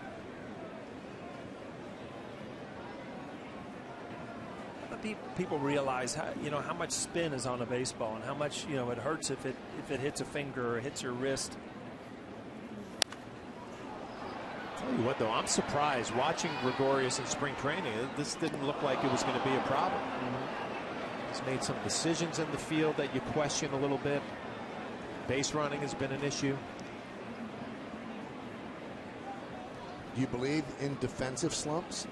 Oh, absolutely. It comes down to confidence. I mean, if you're used to making great plays, you continue to make great plays. If you're thinking, oh, I can't mess this up again, you know, you're out there trying not to make mistakes. You'll make mistakes.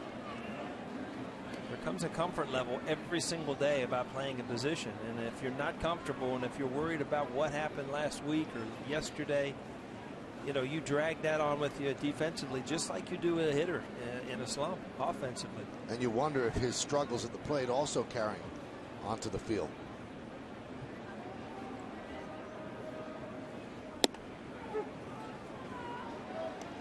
As always said, you know, don't ever let your offense take your defense, and very hard to separate the two.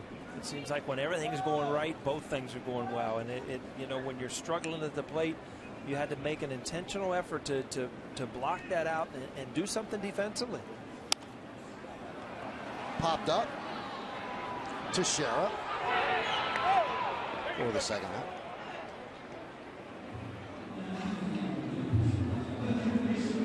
And then there are guys that could be struggling at the plate and they never bring it out on the field. Just for an example, Stephen Drew looked so comfortable at shortstop last night. Looked very slick.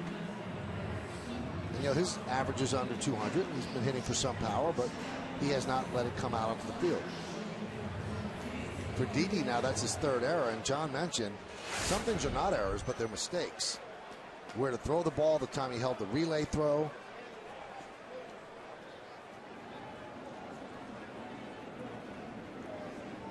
Here's Nick Castellanos.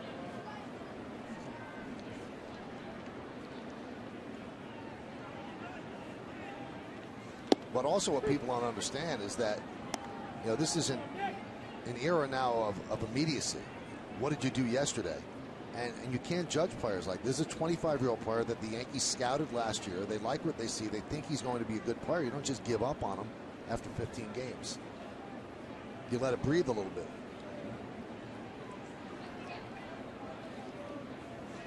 You know, I agree with that, Michael, but the one concern was hitting, right? Would he be able to hit enough to be an everyday shortstop? Right. The defensive part of the game wasn't supposed to be an issue, and seeing some, you know, kids struggle a little bit both sides of the game.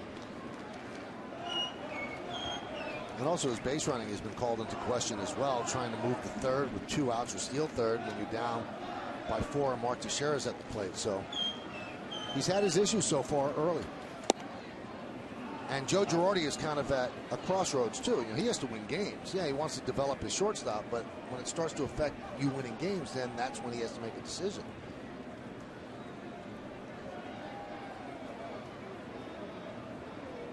Tell you what, another pitch looked like it was right down the middle of the plate.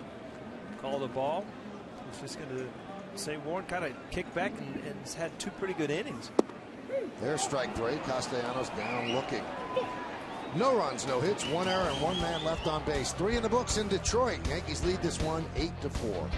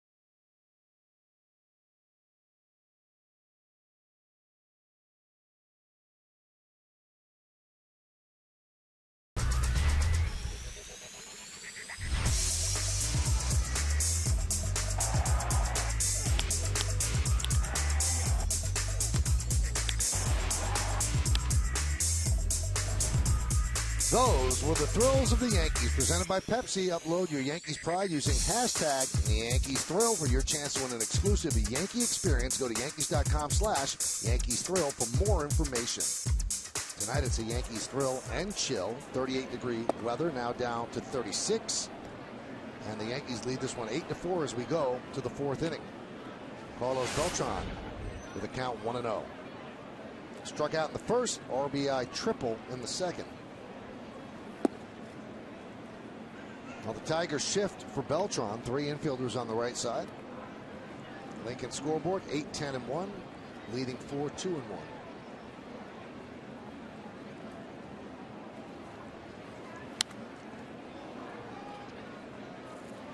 Now, we mentioned Bernie Williams earlier. And Bernie Williams, it was announced today, will officially retire on Friday at Yankee Stadium. He'll also throw out the first pitch. You might say, well, hasn't Bernie been retired? Bernie takes his time with things. So he last played in 2006. There's a ground ball up the middle, and Beltran needs these hits. He's 2 for 3. And he was invited by the Yankees as a non-roster invitee to spring training next year. He did not like that. He thought it was an insult. Decided not to show up. You see what he did with his career. 16 seasons, 5-time All-Star, 4-time World Champion, 4 Gold Gloves, and he won the American League batting title in '98 with a .339 average. So he never really retired. He's been on the Hall of Fame ballot, but now he will officially retire. And that's how Bernie played, though. He took his time, very chill, no hurry. He probably thought somebody did it for him. Thought maybe Robbie Kakuza sent in the form or something.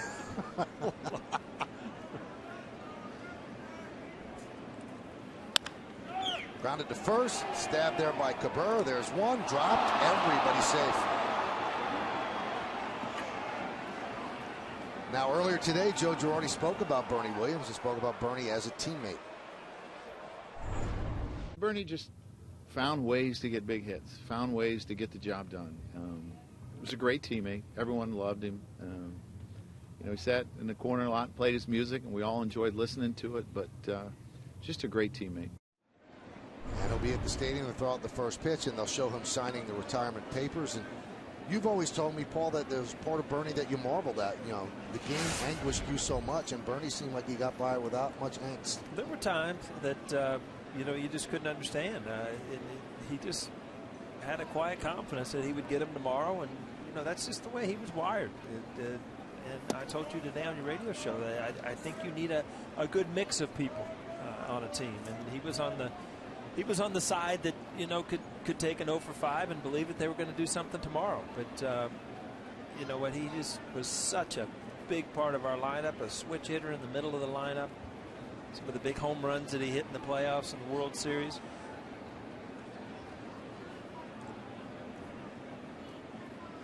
One-0 count on Gregorio Petit.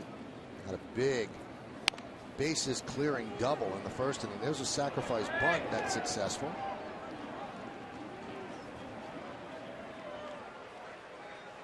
John, I don't know if I could do this justice, but the old Yankee clubhouse. O'Neill would be against the wall all the way in the back, and to his left and your right, if you're looking in the back, is Tino. They kind of catty corner to each other, and Bernie could be 0 for 5. Team could have lost, and he's walking out of the clubhouse whistling. And O'Neill and Tino would just look at each other and look at Bernie, and they didn't know how to take it. I didn't get it. It just didn't make sense to me. But you know what? He showed up the next day, and he was ready to play just like everybody else. And it's not that he didn't care. He was able to compartmentalize things. Probably went home and slept like a baby while I was looking at the ceiling,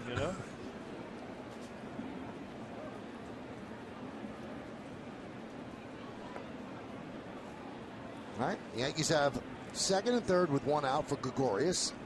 They lead 8-4, looking for more. The infield is in for the Tigers. Did you sign your retirement papers? I didn't even know there was anything such as retirement paper. You remember that? I did, yeah. Really? Yeah, and I was surprised. I didn't know anything about it, but when I retired with the Red Sox, you had to sign these papers, so they had rights to you. So you couldn't just say I'm retired and then all of a sudden you go somewhere else and play. And Paul, you don't know the money that Yes paid for the rights to get Flaherty up in the group. Right? Oh, yeah? Stole them away from Boston? That's right. So Paul can technically go back then. He's I don't not know. Retired. It's been so long, I forgot if I did sign papers, but I didn't realize that you did. I thought you just said, hey, I'm done. I'm done. See you later. As soon as you clean your locker out, that's the first sign.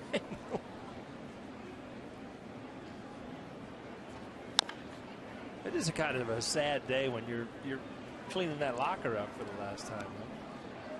Well, I can announce it now, John. A couple of weeks from now, Paul will officially retire and throw out the first pitch of the game. Don Mattingly didn't retire right away. He came back a couple of years later and signed the papers, and they had Don Mattingly Day. But he was unsure if he was going to come back after sitting out 96. The 1-2. Rip foul.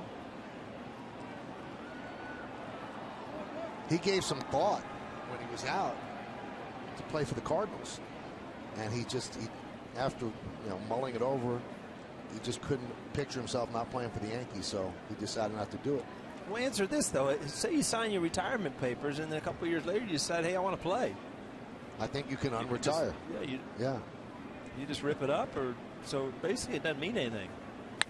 That one is lined to right field. It's a base hit for Gregorius. It's going to go to the wall. 2 runs will score. Gregorius is at second with a 2-run double, and the Yankees lead 10-4. Well, we've talked about some of the struggles of Gregorius. If you didn't know how much he was going to hit early on, this has got to be a good sign for him. A slider middle in speeds up his bat a little bit. He's able to keep it fair. Couple RBIs, a double.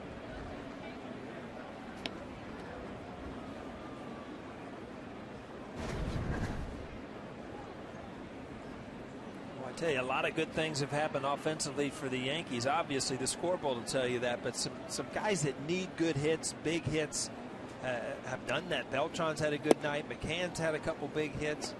Gregorius now throws one down the line for a double.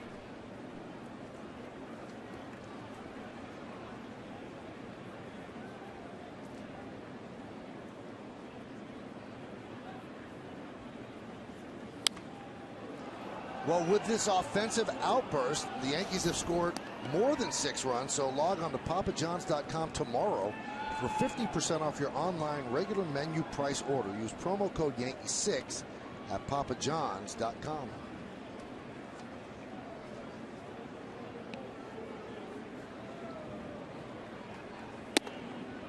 And a strike from Nesbitt. Ellsbury is 2 for 2, hit by a pitch. Picked up his first RBI of the year.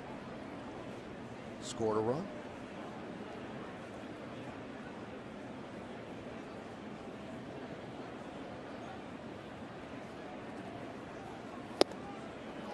And he goes down on strikes. 2 away.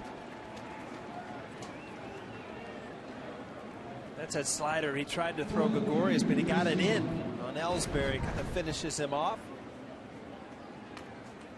A little cut right there on the inside corner.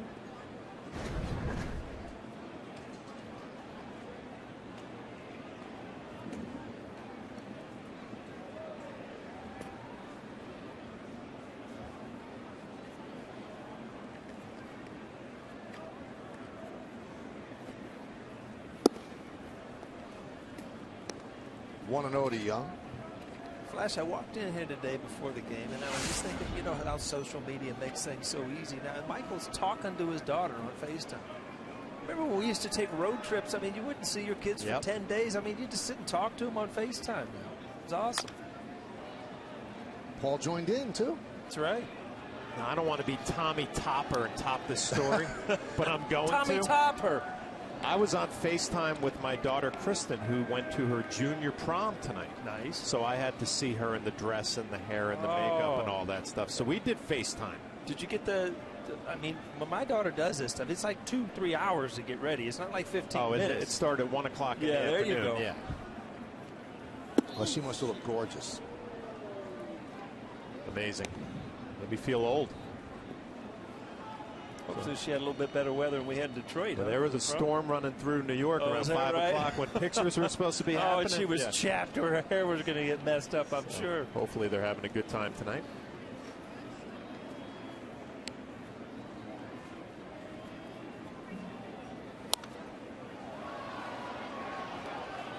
Now, he was right, Paul. That was Tommy Topper. Tommy Topper. Sorry about that. That was a good top. You're only about 14, 15 years away from that. Yeah, let's not push it.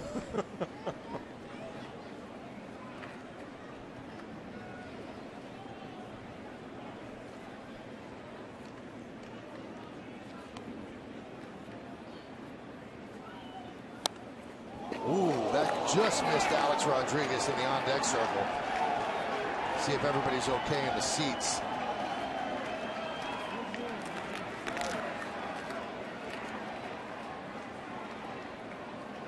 Looks like everybody is okay.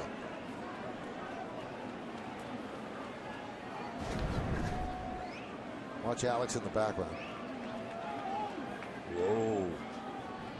Whoa.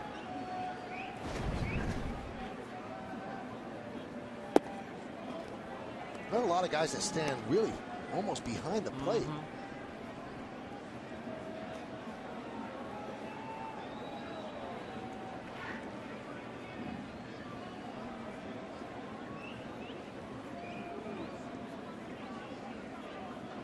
Gregorius at second, 2 outs. Young at the plate. Really battling Nesbitt.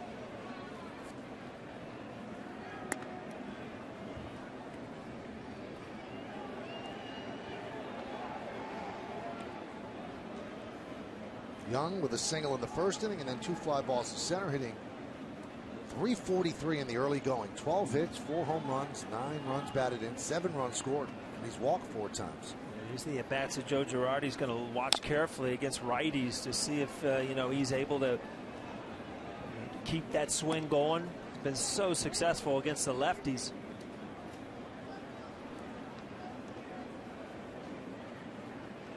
To 4, you're allowed, you give guys opportunities to show you that they can do certain things.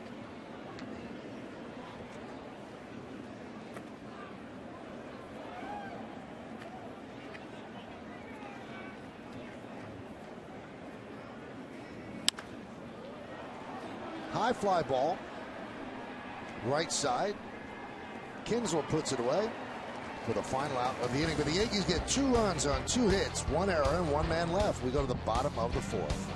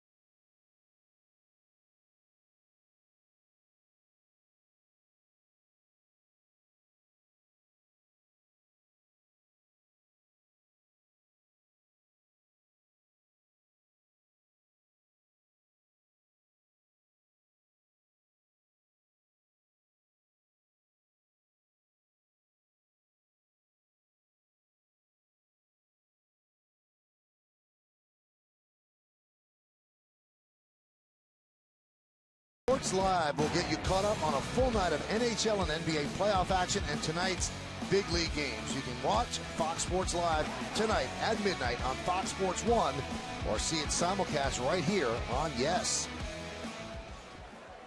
Tigers against the Yankees as we go to the bottom of the 4th inning. Yankees lead 10-4 on the Lincoln scoreboard, 10-12-1, leading 4-2-2. 8-9-1 for the Tigers against Adam Warren. And he deals to Avila. Outside 1-0. Tiger catcher. RBI single in the first inning.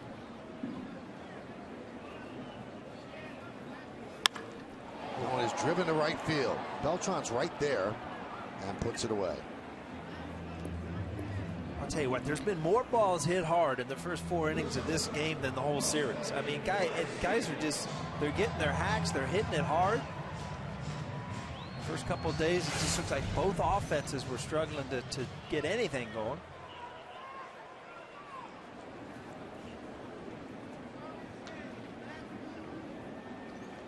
Here's Iglesias. And a strike. Well, obviously a long way to go in this game, but you start thinking ahead a little bit. Tanaka throwing tomorrow afternoon. He's coming off a gem in Tampa Bay. Can hold on to this one. Come to Detroit taking 3 out of 4, one of the hottest teams early on. That'd be a great sign for the Yankees. Great series. If you're Joe Girardi or Larry Rothschild, you're kind of holding your breath, but you're kind of breathing a little bit better because Warren has seemed to find a little more control of his slider. As soon as I say that, he gets behind 2-1, but you know, the second inning, third inning, he's been much better, obviously, than he was the first.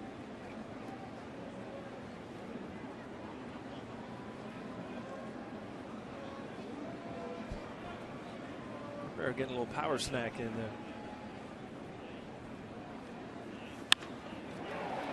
Base hit off the bat of Iglesias. 1 on, 1 out. Follow the New York Yankees all season in 2015 with MLB.com At Bat, the #1 app for live baseball. At Bat is up to the moment and at any moment with in-game highlights, live look-ins, replay reviews, radio broadcast, StatCast, and more. Get MLB.com At Bat for your smartphone or tablet today. Back to the top of the lineup, and Anthony Gose. He walked and scored in the first, struck out in the second. Iglesias leads off first, held there by Teixeira. Now bat. Ian Kroll, who came in and gave up 2 home runs yesterday, he's up again.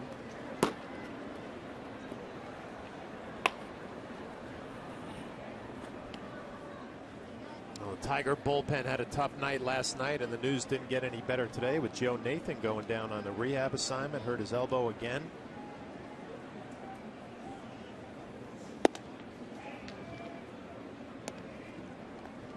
That would have presented a little bit of a problem for Ausmus and the Tigers, because Soria right now seems like he's a better pitcher than Joe Nathan. And would Nathan have been the setup guy, or would they have moved him back to the closer role and then Soria to the 8th inning? Meredith, do you have more information on Nathan? Well, he was actually sent back here to Detroit. He's going to undergo an MRI, but when he came off the mound, he had thrown just 10 pitches in Toledo, and he was in visible pain. And afterwards, he said he felt like he had broke his arm. He felt a pop. They don't want to jump to conclusions, but certainly not good anytime a pitcher willingly comes off the mound. And they really thought that he would only need that one rehab appearance, and then he'd be able to be activated up here because he was actually eligible after tonight's game. So really a blow to that bullpen, and Joe Nathan right now wondering what's going to happen with that elbow. Originally went on the DL with an elbow flexor strain. A local guy from the New York area, and he's had a really good career. Hit sharply to Didi. There's one. And there's 2, a 6-4-3 double play as Gregorius shows soft hands there to start the double play. No runs are hit and nobody left on base. We go to the 5th, 10-4 Yanks.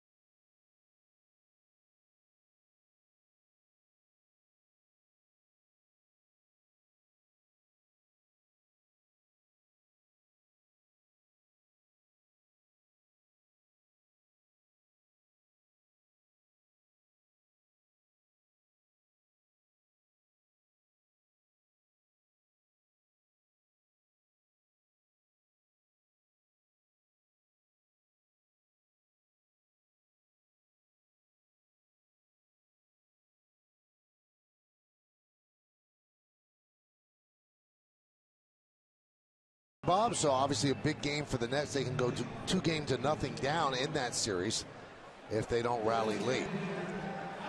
On the Bigelow T scoreboard, Yankees lead 10-4. Top of the 5th inning, another pitcher in for the Tigers. It's Ian Kroll.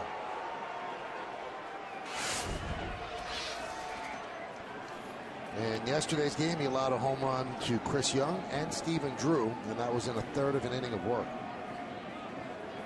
So now he'll face A-Rod. A-Rod, Teixeira, and McCann.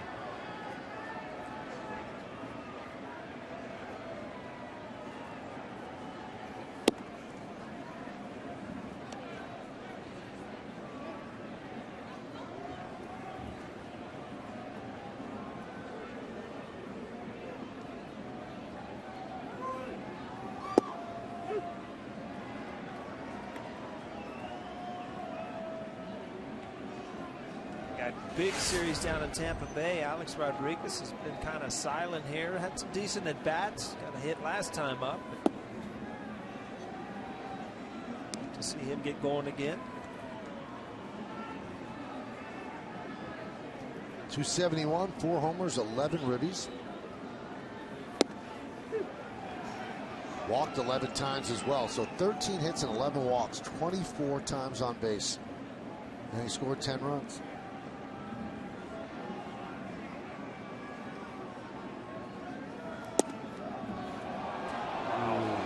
Another 3-2 count. Well, the hitter will tell you all you need to know. And if you watch Alex Rodriguez, watch where he's going after this pitch. Heading to the dugout? Nope. Okay. All right. Thank you. Thank you very much. I'll take another hack. And the pitch. And A-Rod walks. 12th walk of the year.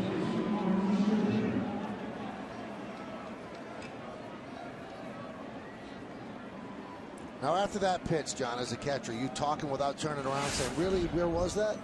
I think there's been a lot of talking going on this whole ball game with Avila behind the plate. Tight strike zone. We've been talking about it all night. I'm sure those two guys had plenty of conversations. And the key is not turning around. Yeah, if you don't turn around, then obviously it's not going to be a problem. Nobody really knows what's going on. So even if you're not turning around, you can say bad things as long as you're facing center field. Well, I mean, like you're the worst umpire of all time. Would that get you thrown out? That might get you thrown out. Yes. Looking at him, looking at the dugout, you're gone. Doesn't matter where you're looking when you say that.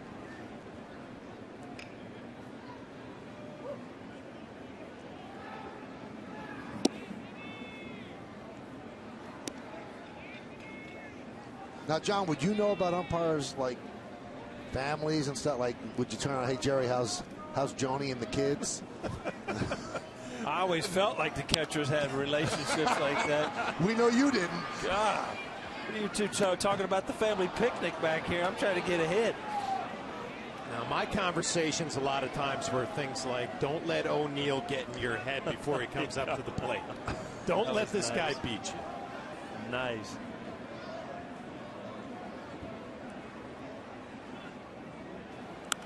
Oh.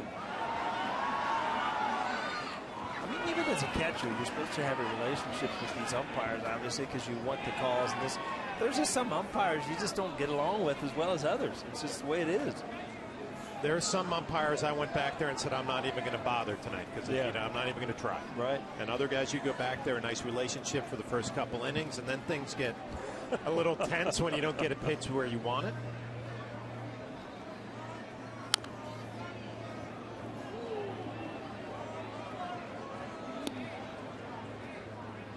Now, Paul, was there an umpire that you really liked?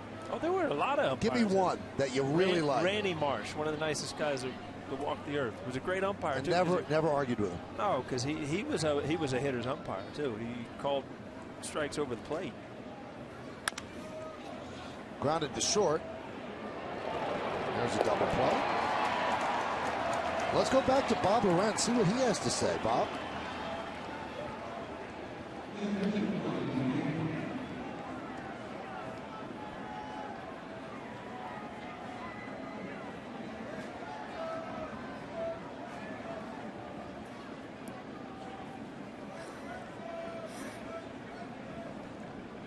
Thank you, Bob. Now, John, you were down there doing the games with Kenny. Kevin Cash seemed like he's in over his head. He's only 37 years old. What was your take? No, we both had the same take that they'd gotten off to a good start, 6-4, before the Yankees went in there and beat him up a little bit. But no, seemed very comfortable. Obviously Tom Foley is bench coach, is a veteran and great baseball guy. So no, he seemed like he's on top of things.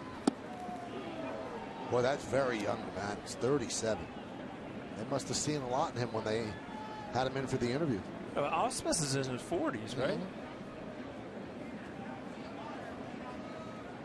And usually when you get your first big league job, it's usually with a bad team. Yeah. Brad Ausmus landed with this one.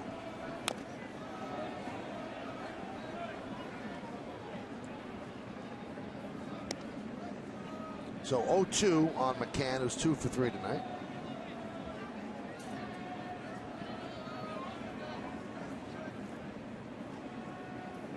Traded for that guy. You did? Yeah. Catcher for catcher? He was in San Diego. I was in Detroit. I gladly left Detroit and went to San Diego. I think it worked out for my end of things. Ausmus is 46.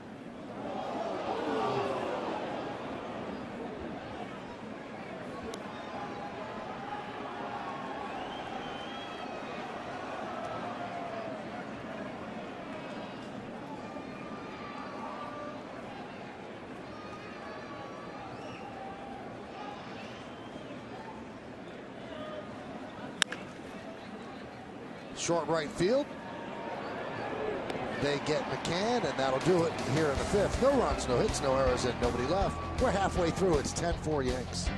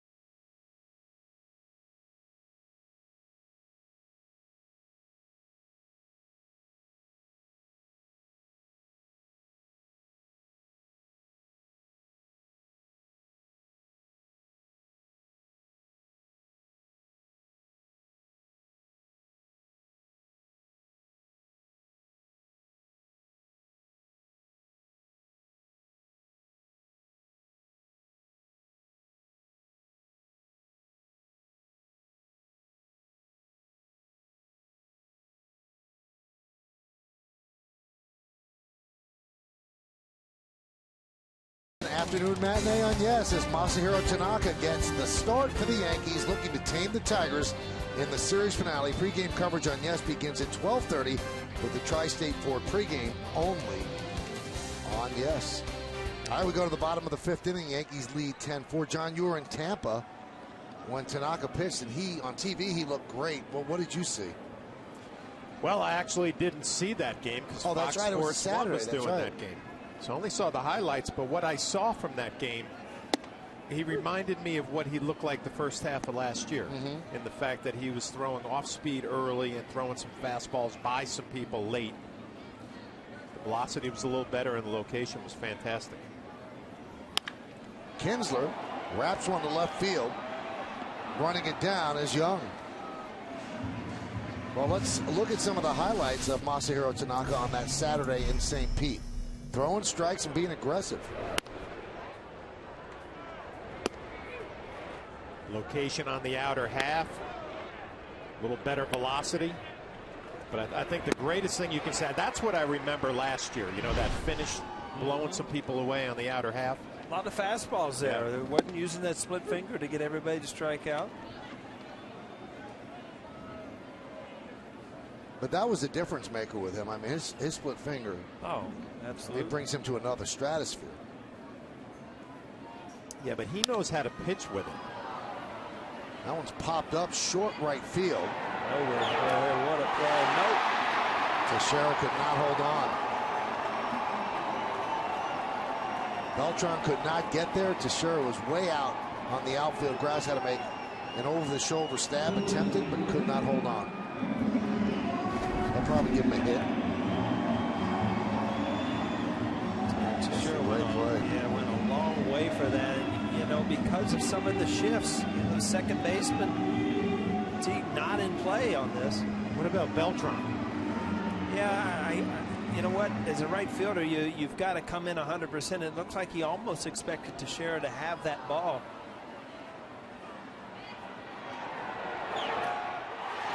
I mean, obviously the right fielder's job to call the Teixeira off, get him out of the way. So that scored a hit. Here is Victor Martinez. Well, getting back to Tanaka, I said he knows how to pitch with that split finger, and another great look by the bid by Teixeira on Yesmo. Would have been an amazing play. But Tanaka can show you the split early in a count, whereas a hitter you have to think about it, and then all of a sudden the fastball's by you when you're looking for it. So he kind of knows when to pick his spots with 2 strikes.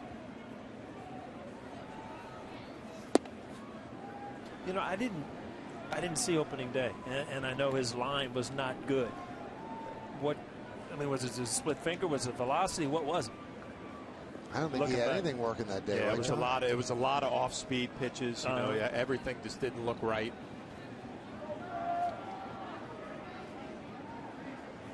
Velocity wasn't right.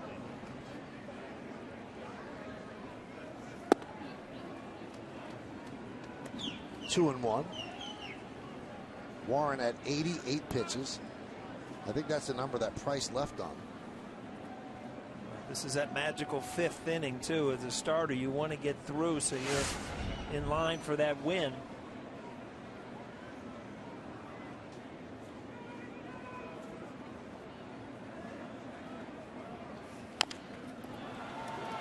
Chopped up the middle. And a double play. 6-6-3 to end the inning. No runs a hit, no errors, and nobody left on base. Let's go to the 6th. 10-4 Yanks.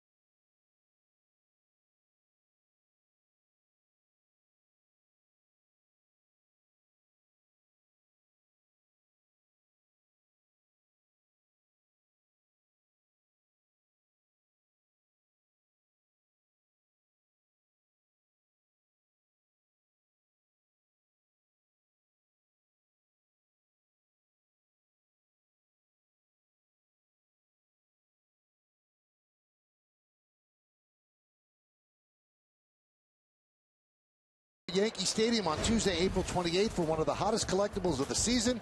It's Masahiro Tanaka bobblehead night, the first one of the 2015 collectible series presented by AT&T for the first 18,000 guests in attendance. Now for tickets, log on to Yankees.com, visit the Yankee Stadium ticket window, Yankees clubhouse shops, or call Ticketmaster at 877-469-9849. Carlos Beltran takes upstairs as we start the 6th inning. Paul, you got to move your shoulder. You're in Tanaka's shot. I'm trying to get. I thought he was throwing to me. Did you like the snow today? This guy throws every day up here. You know that? It's an Iron Man. Yeah, somebody pointed out yesterday we had your bobblehead in the booth last year. That started a winning streak. If That's you remember. right. Yeah. Whatever happened to that bobblehead? I think it's still in the booth. I think it's on EK. Benjamin Moore's scoreboard 10-4, top of the 6th. Should I even ask what EK I'm is? thinking the same thing. When I sell things online, it's not eBay. It's EK, nice. Game's a little long on you guys, isn't it? Wow. Went right over my head last night with the Coldplay one, and tonight you're by me in the 5th inning.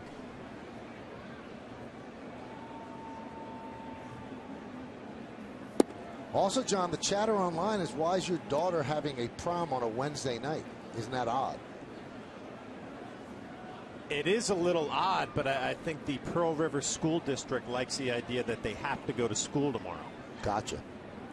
Yeah, I'll tell you what, if I had a prom on a Wednesday night, I'd be chapped. I mean, what do you got to go home and get ready for school, right?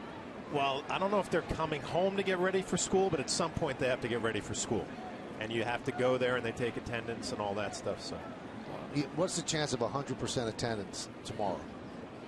Probably not good, but Kristen Flaherty will be there tomorrow morning. That's all I'm concerned about right now. Beltran pops that one up. Kinsler with the play. 1 down. So Carlos is 2 for 4 tonight.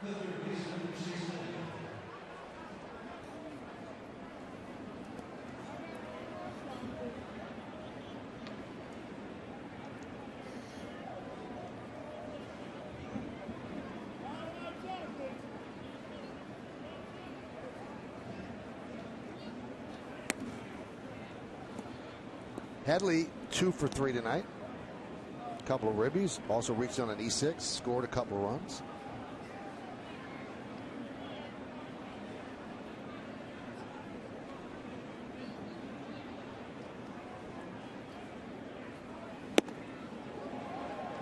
You know what? I look out at the field and I'm shocked because it's pretty straight up.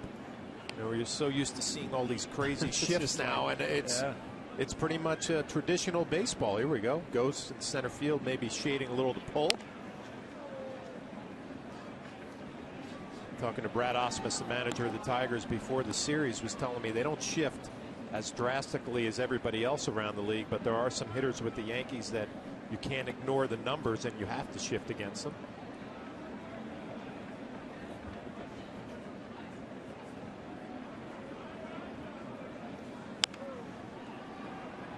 That one's popped up. And Cabrera can't hold on.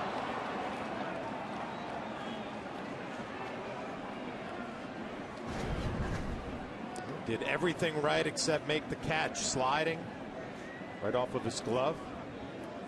Right there at the end, you'll watch, he slide, he takes his eye off the ball, and you lose it for just an instant. It doesn't hit the pocket.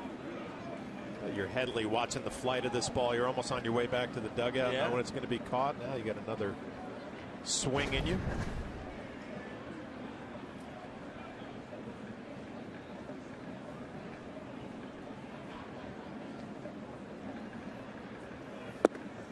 Swing and a miss. Headley down on strikes. 2 outs here in the 6th.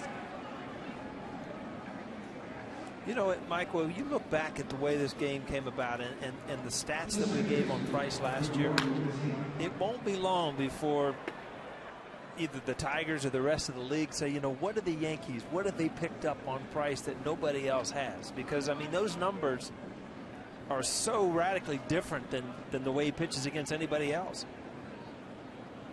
And there are certain teams that find out certain things about pitchers. Things like tipping pitches. Yeah, that or, tendencies, whatever. Always want to blame it on something because it doesn't make sense. You see one time, but, back to back and the numbers he's had basically the last couple of years, the Yankees their numbers are so much better than the rest of the league.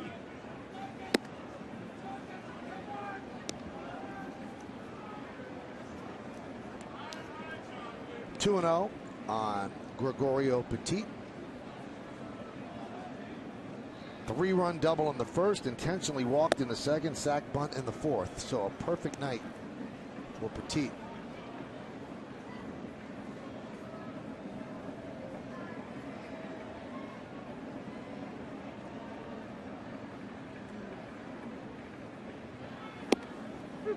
Three and one.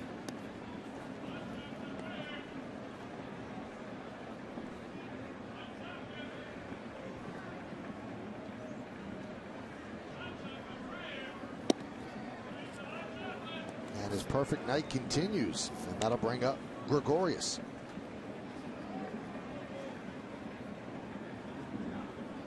Tough back-to-back hitters. I'm going to apologize right now, Michael. Before the year's over, I'm going to drop an Ernie DiGregorio. I know it. Remember the old basketball player?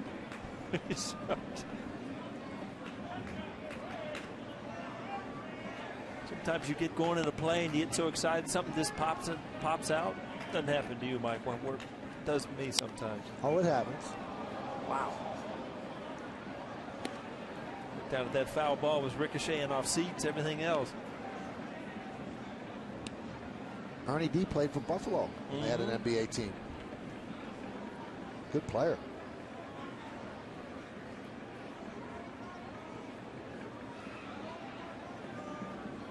So you think you call him Ernie D. Gregorius? There you go. Yeah? Something like that. I tell you what, obviously the game has something to do with it, but the city's not quite as live today. I mean, this is a big sports town. People love the Tigers, but I tell you what, the Red Wings, more Red Wings shirts, hats, TV, everything. You can't get away from it. They love hockey up there.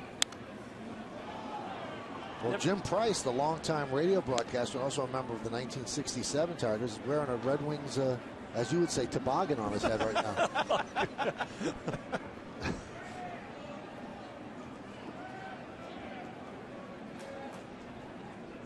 Yeah, they're big in this town. It's hockey town. Absolutely. Oh. Ooh. Foul ball and then off of Avila. And Avila has dealt with so many concussions. Anytime he takes one in the helmet, I'm sure the Tigers hold their breath. Didi gets out of the way, off the helmet. Anytime you get knocked back, Flesh, you got to admit that, that's. You tell me that you really can't feel that much, huh? You know what? I never had a problem with it, but this guy has dealt with so many concussions. It's been a major issue that anytime a foul ball goes off his helmet, I saw Brad Osmus get on the top step, kind of checking him out. It looks like he's going to be fine. We never thought about any of that stuff, or I never did.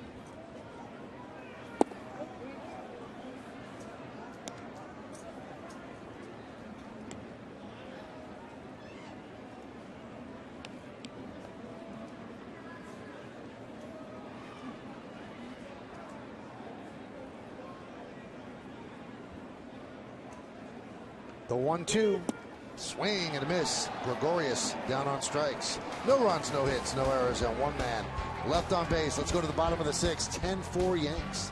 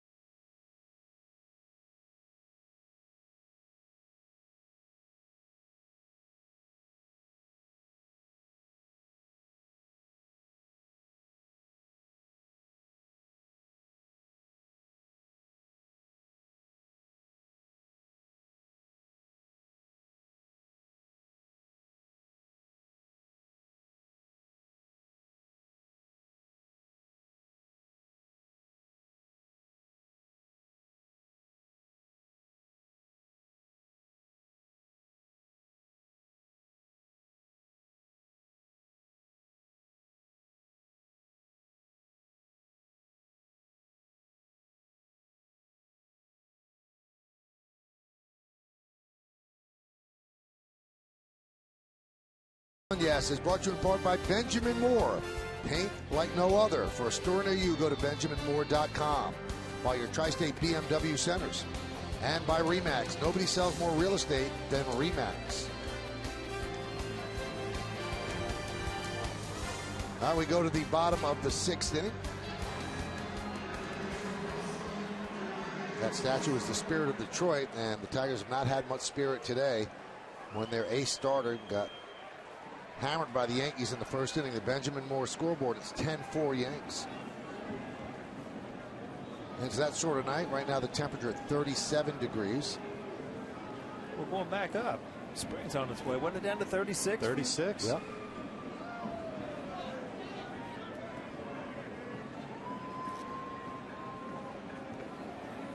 Now McCann will have tomorrow off. And John Ryan Murphy will be behind the plate. Here's J.D. Martinez.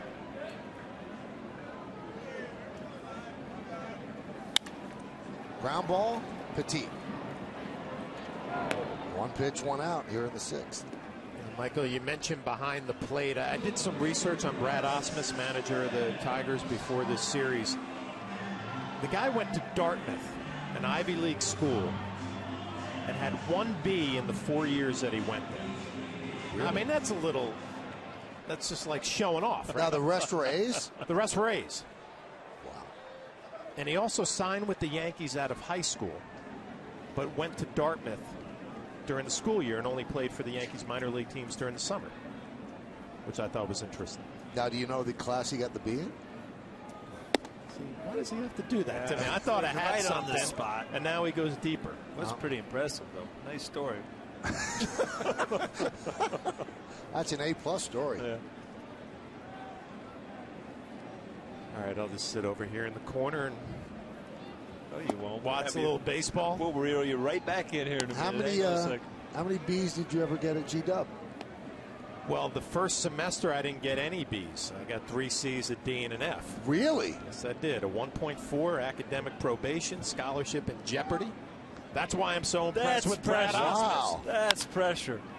That's a base hit through the vacated right side. I mean, that's almost like being called to Dean Warmer's office.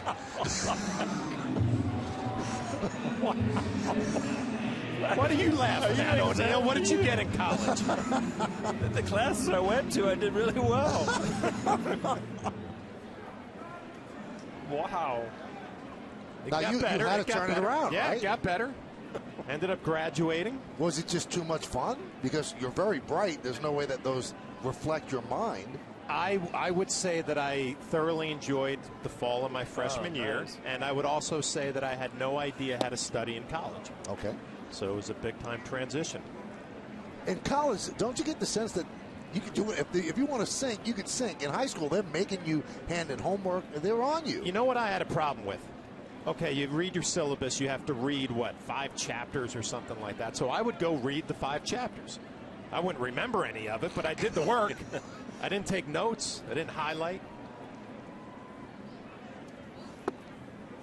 I don't think Brad Ausmus had those problems. Wow.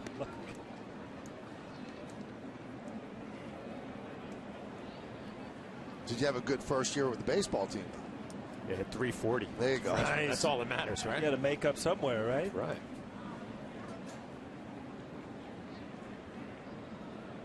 Castellanos tonight is 0 for 2, but does have an RBI.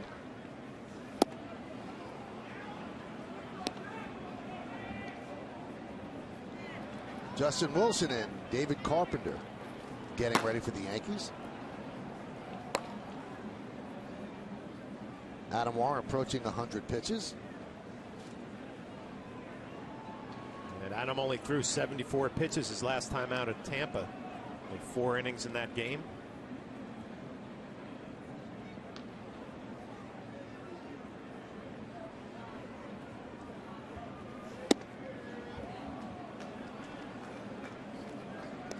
I'll tell you, Jerry Davis, he's not going to budge on that strike zone. It's just not got larger.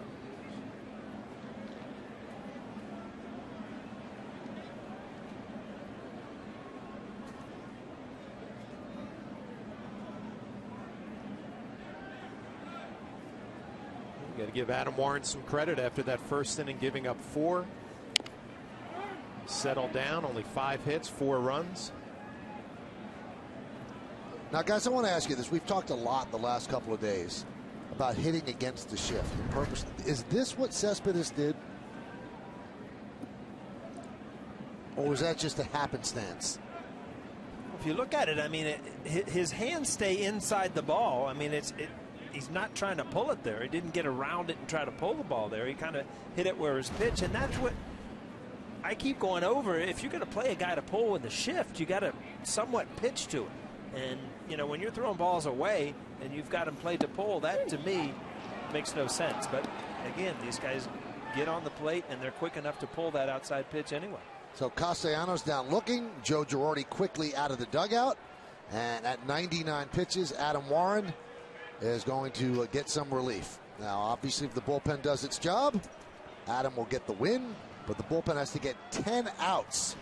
And it starts right now against Alex Avila. Stick around as Warren departs.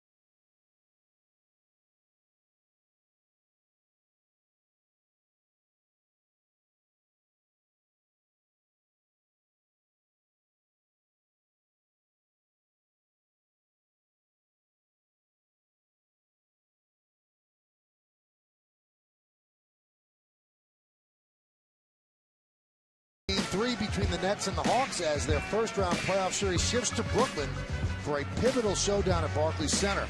Complete coverage starts at 2:30 with the Verizon Fios Nets pregame right here on Yes. The Nets lost to the Hawks tonight 96-91.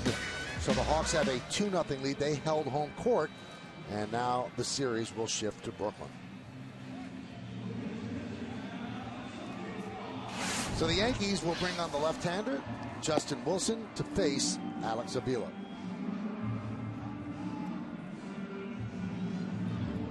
So Warren was given a 6-0 lead in the first, walked 4 batters in the bottom of the inning, gave 4 of the runs back, but he settled down, didn't allow a run after that, and he leaves the game with a 10-4 lead. Although you can't say that that's really what you want out of your starter when you get him 6 runs in the first inning. Now you're leaving the bullpen to get 10 outs. And you play tomorrow afternoon, and then you don't have a day off this weekend either.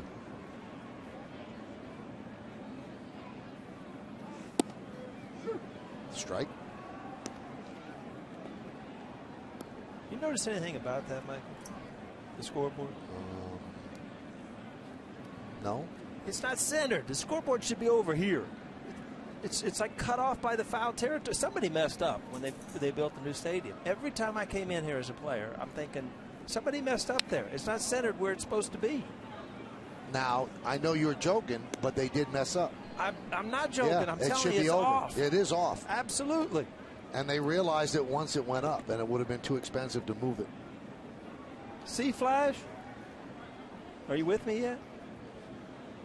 Remember, I got 3 C's, a D, and an F, so you got to explain this to me a little bit. I was just looking at the highlights between the inning where during the pitching change, and they were showing the old stadium and the new stadium, and I'm just looking at the scoreboard. I'm like, the foul pole is cutting that thing in half almost. It's I'm just told not it's squared. 45 feet off. That's not a little mistake. Yeah. It's supposed to be 45 feet further toward left center. Somebody messed up. See, it happens. You just build over your mistakes. You just build a circle around it.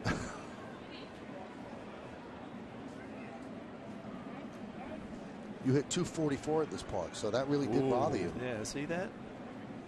They hit a homer, though. I remember that. One. Who was it against? Brocale. Remember him? Doug Brocale. Yeah. Swing and a miss. Wilson blows it by Avila, and that'll do it. No runs a hit, no errors, and one man left. We go to the seventh. 10-4 Yanks.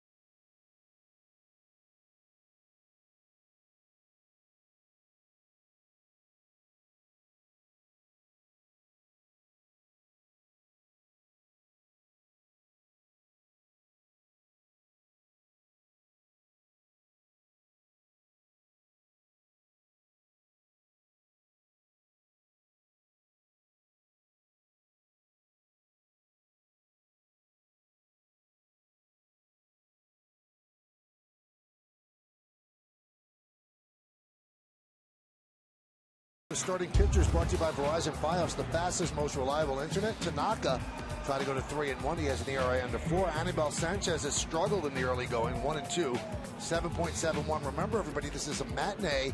Our coverage begins at 12:30 p.m. First pitch should be right around 1:10. So be here for that. Yankees will finish their long 10-game, 11-day road trip. Boy, could end up on a really good note. I'll tell you that, if they hold on to this game and have a good game tomorrow after sweeping Tampa Bay. And after the way it started in Baltimore, losing 2 out of 3. So Albuquerque comes in and he'll face the top of the Yankee order. He came in yesterday and really didn't seem like he had an idea where the ball was going. First pitch, and Ellsbury grounds to Cabrera, 1 away. Yeah, Flash, we were even talking about that in the car on the way home. I mean, he threw 4 pitches and 1 at bat, 3 of them in the dirt, 1 of them to the screen. It just absolutely no clue of where his release point was. And I've seen him before the same way when he was throwing a little bit harder and the stuff was a little better, but yesterday just completely lost.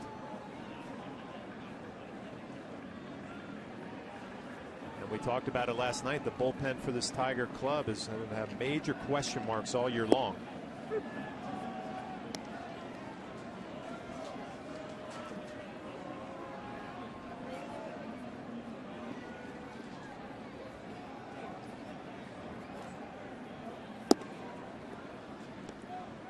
This chiropractic telecast is presented by authority of the New York Yankees. It may not be reproduced or retransmitted in any form. The accounts and descriptions of this game may not be disseminated without the express written consent of the New York Yankees.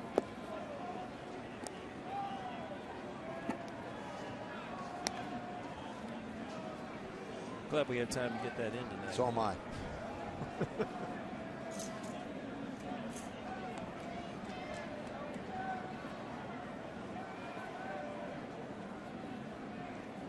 We don't want any reproduction without written consent.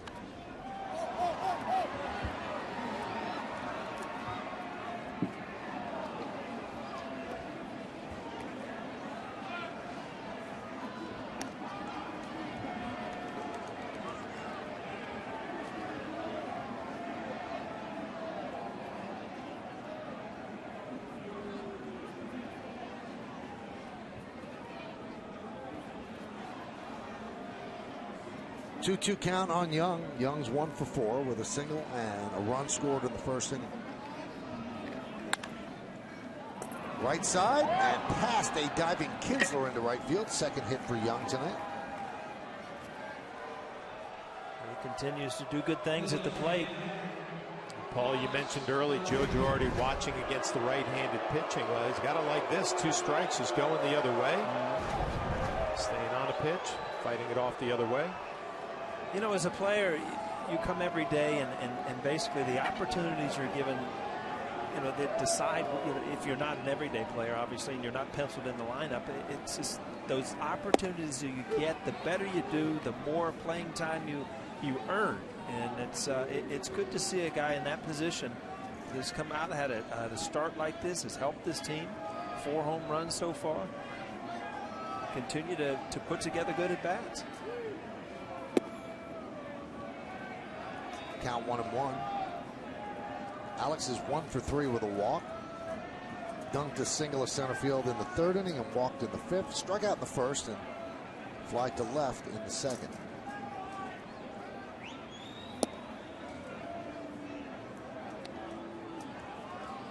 Albuquerque has a lot going on the back of his jersey, doesn't he? Number 62, surrounded by his name. Tough to fit on the back of that jersey. That's armpit to armpit.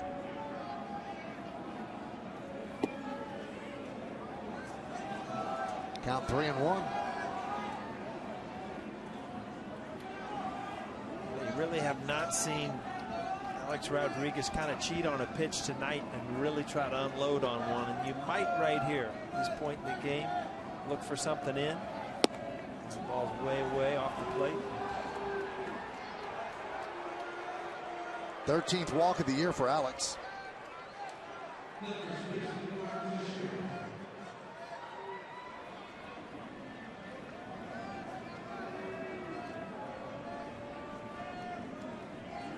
And here is Teixeira. He's 0 for 3 tonight with a walk and a run scored.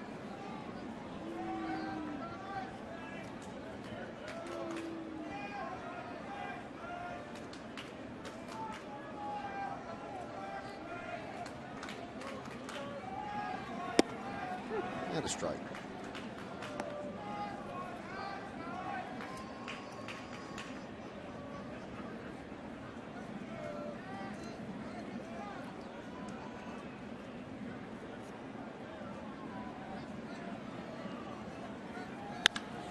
High fly ball, right field.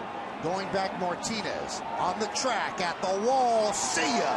A 3-run home run from Mark Teixeira. His 5th home run of the year, and the Yankees lead 13-4.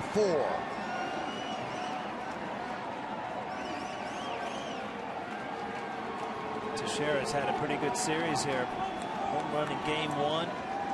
We're going to run last night. 3-run homer tonight. Right before that pitch, I'm looking at the line score here for Mark. A line drive to left field. He walked. 0 for 3 going into that at bat. This will change your night quickly. Deep bomb to right field. 3-run shot.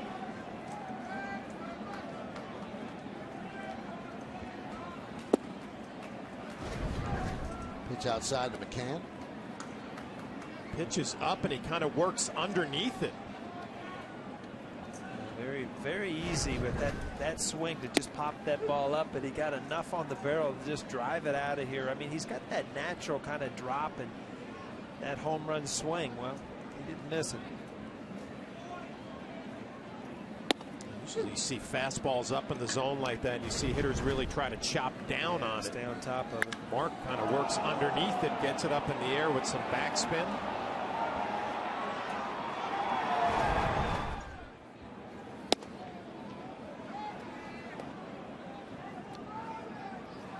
At the point where you might see Brad Ausmus starting to get some of these guys out of the game, getting ready for that day game tomorrow. Good pitch there. 2 outs.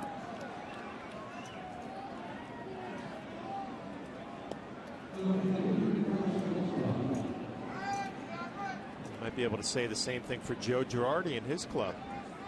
He's given a couple guys nights off anyway with Price starting the game. And, you know, you give a couple of your regulars days off and you end up, you know, you're in a good position to win the game, obviously. I mean, it's just a bonus for a manager. I mean, Joe Girardi truly believes in resting guys throughout the year. He thinks it really comes back to help them late in the year, late August, September. Let's take another look at the home run swing. This replay brought to you by New York Presbyterian, the official hospital of the New York Yankees. Amazing things are happening here. So 5 home runs now and 13 runs batted in for Teixeira. 1-2 to Beltran. Carlos 2 for 4, the RBI triple in the second. He singled to center and scored in the fourth. And he struck out in the first. Popped up the second and the sixth.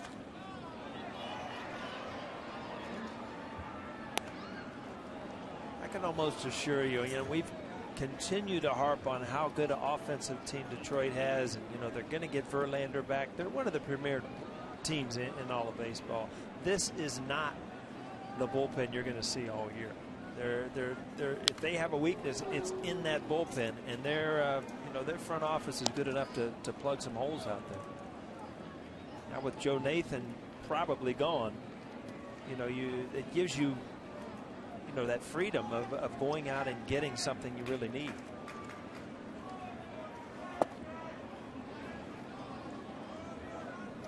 Two and 2 on Beltran. They have the shift against him. 3 infielders on the right side.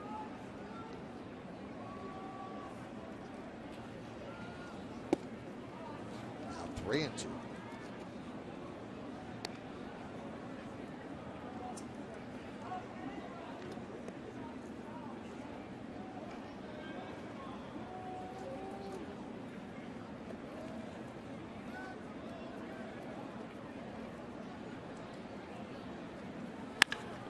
Line and right at Kinsler for the final out of the 7th. But the Yankees get 3 runs on that swing. Mark Teixeira with his 5th home run of the year now has 13 ribbies, and the Yankees have 13 runs.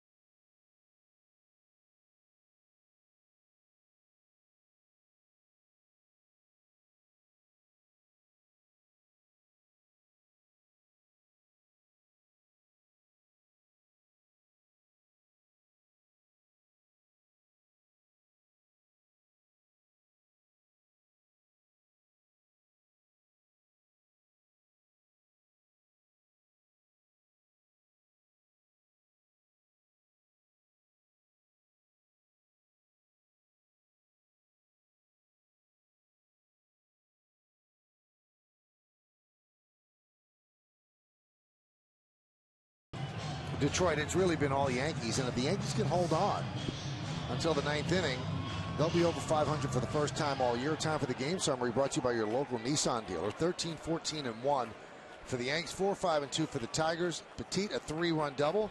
Teixeira, a 3-run home run. David Price again struggles against the Yankees. Last just an out into the 3rd inning, gave up 10 hits, 8 runs. First inning, 20 batters, 10 runs, 52 minutes for both teams. Justin Wilson came on to get the final out of the 6th, and he's out for the 7th and deals low to Jose Iglesias.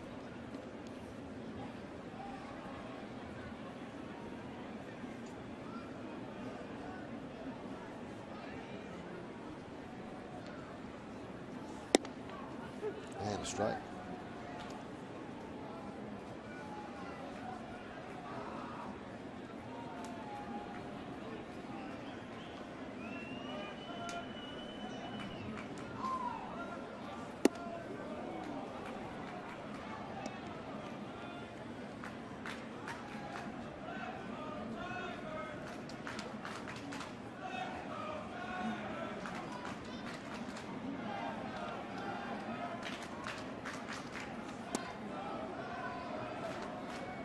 One.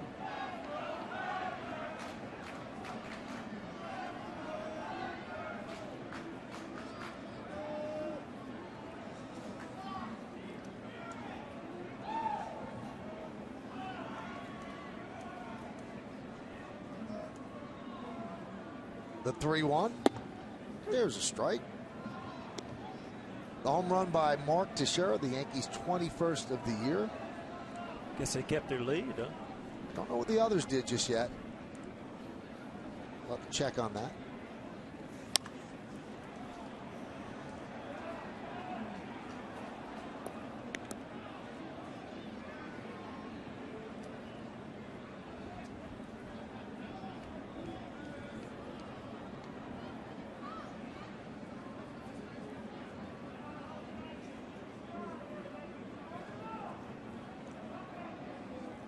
And the 3-2. He walks Iglesias to start the 7th.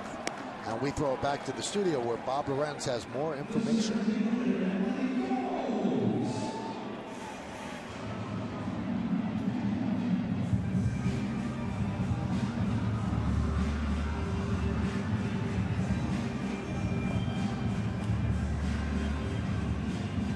They just completed a very emotional series there. A little heated. A little heated. Yesterday between Adam Jones and Jose Bautista. And I wonder, guys, when that happens in a series and there's that kind of angst and yelling at each other, do you worry the next day that somebody's going to get punked? Do you go into at bats thinking, I wonder who's going to get it? I mean, there are times where there's more talk about it than usually it happens. I mean, we saw what just happened a few weeks ago or a week ago with Kansas City and Oakland, but you know there was an apparent thing that caused it. Usually the jawing, the screaming, the yelling. By the next day, it's pretty much over. Although I have been in some pitcher-catcher meetings before a game where the conversation was, you know what, if we have a spot, we're going to take advantage of it. You know, you don't go into the game saying this guy's getting it at this point, but we'll pay attention to how the game goes, and there might be a little retaliation. And how about Bautista? I mean, the pitch was behind him, and then he just hits an absolute rocket. Yeah. And then he got hurt, did he? Well, I didn't realize that, with a bad shoulder. 2 balls, 2 strikes. We're in the bottom of the 7th. Runner on first. Yankees up 13-4. Did either of you ever go up to the plate afraid that you're going to get hit, that you were next in line, that you're going to get plunked? You know what? When you're hitting third, and you figure somebody's getting hit, and the first guy makes it out, the second guy makes it out, you're like, all right, let's just get it over with. And there are times where you get that feeling, and there were times where it didn't happen. There were times it did. How about you, John? I was involved in a game in Tampa Bay where Pedro Martinez was throwing a no-hitter, and we were in this throwing at Brian Daubach and Nomar Garciaparra and a little bean brawl early on. And I walked up to the plate in the 5th inning and looked down at Veritek, and I said, I guess I'm getting one in the ribs. And he looked back at me and he said, if you are, I don't know anything about it. Okay. So I step back in the box and I look out there like, well, what does that mean? I still don't know if I'm getting drilled or not. So I was on my heels a little bit, but Pedro had a no-hitter going to that point and ended up going to the 9th inning. We broke it up, but I'm convinced if he didn't have a no-hitter, I was going down at that point. And I bet you did not get a hit at that point. I was over at that point. You must have really did well in your college classes. No, but when you go up there thinking somebody's going to drill you, it's very hard to hit. And somebody like that. Yeah. If he's drilling you, it's usually not going to be in the hip. No. Now, have you ever asked a catcher and he goes, yep, you're getting it? That was the only time I ever asked a catcher. Would you ever tell somebody he was getting it? No. I would keep my mouth shut. Fly ball center field. Ellsbury makes the play. Now this is a famous Yankee brawl of the past where Tino got drilled in the back by Armando Benitez. Graham Lloyd throwing some heat. And Paul actually is playing peacekeeper somewhere in there. Oh. Yeah, that was you know, if you're not in the middle of things, you know what?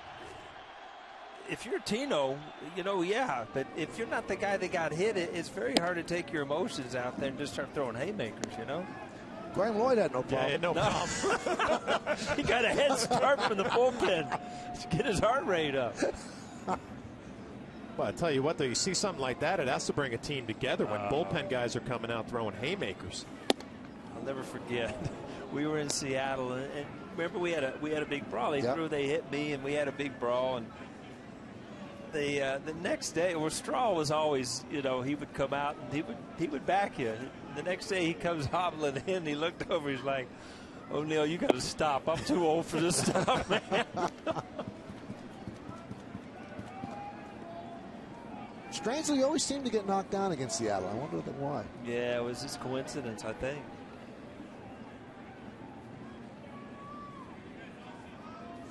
Swing and a miss. 2-2. Straw was in the middle of that. No, Oriole brawl too. Yeah.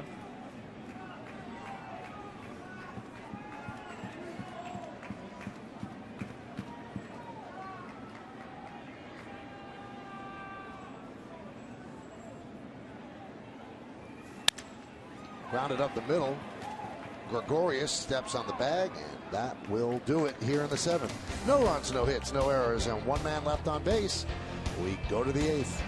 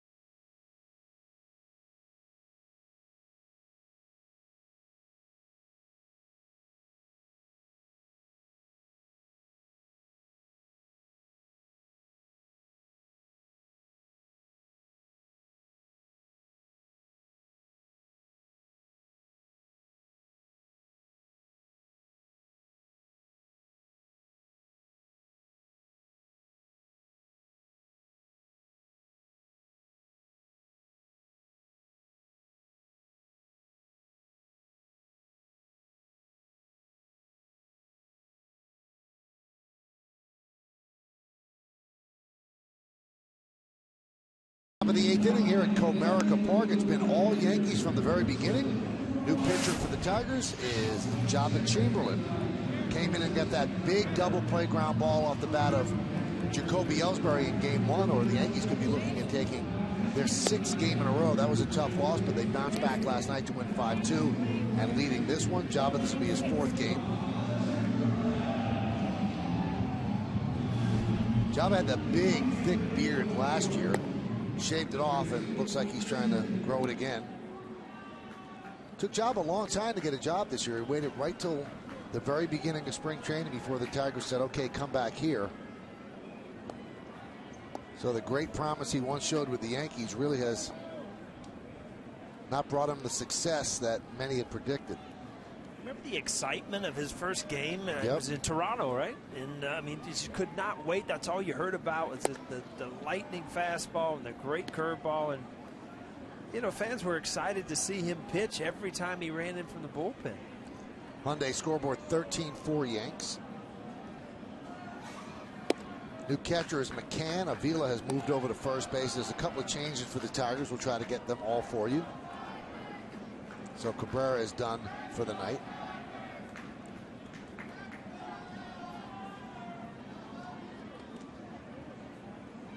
I believe Andrew Romine is in left field. So he takes over for Cespedes. And Hernan Perez takes over at second base. Looks a little cold.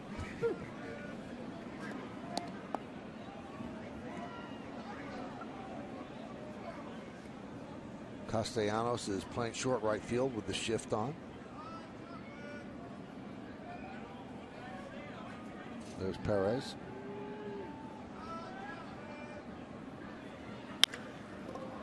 Headley lost one to left center. Romine will get a chance. Away. Job had some great moments as a Yankee. And there's a debut that Paul was talking about. He just threw heat. Then the midgets attacked him in that game in Cleveland in the playoffs. And that was some of the emotion he brought to the party. You know, you talk to Joe Torre, and he says that one of his regrets as Yankee manager is that he did not pull that team off the field in Cleveland. The midgets. Yep. We spent the night down in the tunnel Yes, together that night. We never got attacked because we were like watching That's right. because we had to go on the field right after the game, and we were watching on the TV and couldn't figure out what was going on. What's happening? A lot of those midgets were left over in that beard. Wow, that's a look right there. Isn't it?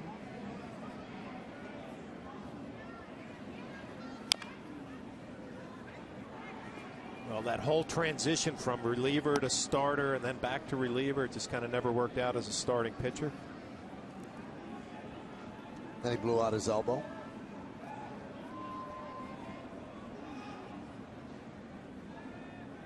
And then he snapped his ankle on the trampoline.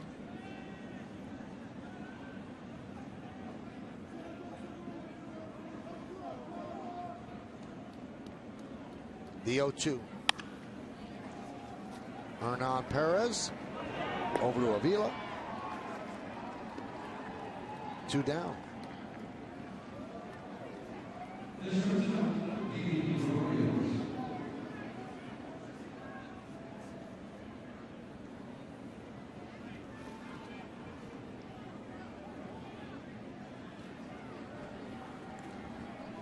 And that brings up Gregorius. That 2-run double in the 4th inning might go a long way for him. We'll see if he can build off that. He did strike out his next time up. He's 1 for 3 with a walk tonight. Average at 209. Has committed an error at short.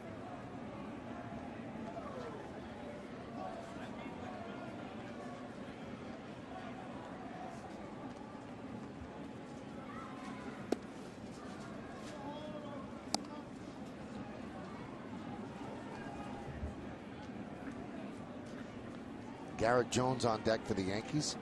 He will pinch hit for Ellsbury. We're in the 8th. It's 13-4 Yanks.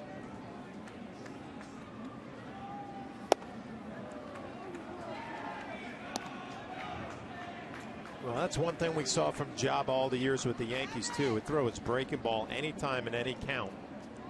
2-0 slider to Didi Gregorius hitting 9th.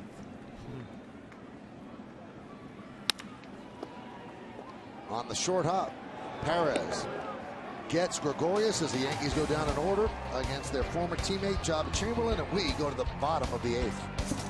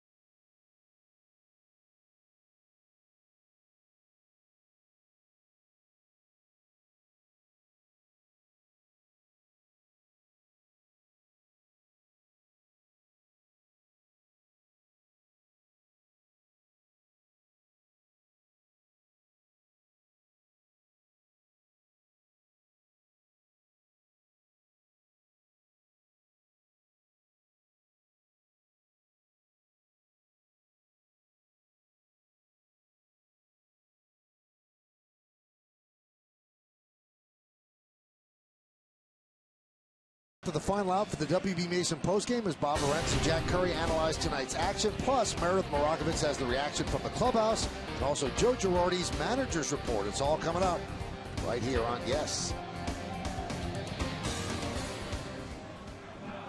Well, we go to the bottom of the 8th inning. The Yankees 13 and the Tigers 4. Tigers scored their 4 runs in the first. They have not done anything since. Garrett Jones takes over in left field. And Young moves over from left to center. New catcher for the Yankees is John Ryan Murphy.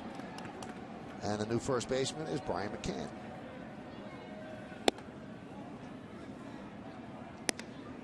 David Carpenter is the new pitcher, and he deals a ball to Rajai Davis. Pinch hitting for Victor Martinez.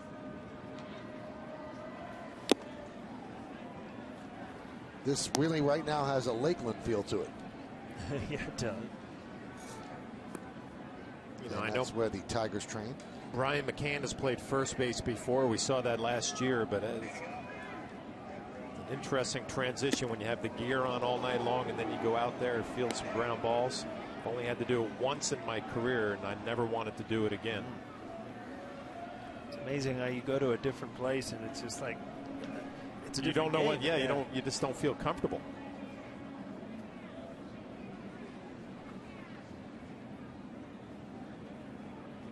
Hyundai scoreboard 13-4 Yanks. 97 coming out of the bullpen, huh? Carpenter has a good arm. The way this game is right now, 13-4. Everybody out there is just saying, throw the ball over the plate and let's get out of here.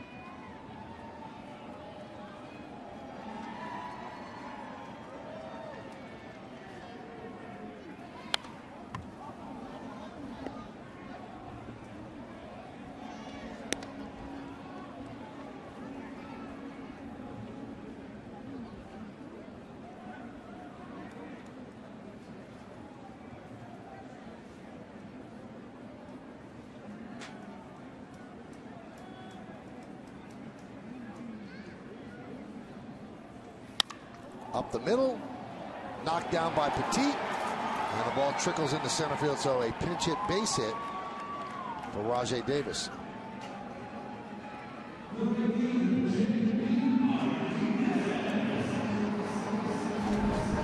It's going to be scored a base hit. You can see it's off the glove of Petit, not able to hold on. It scoots into center field. Covered some ground to get there, just couldn't finish up the play.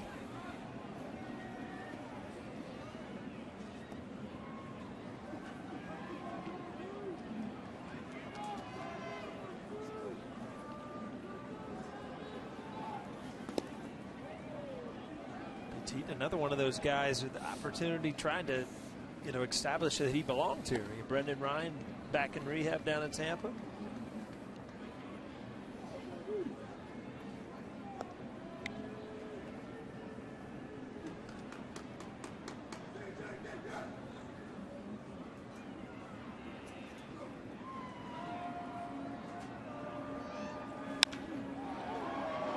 High fly ball, right field. Beltran makes the play.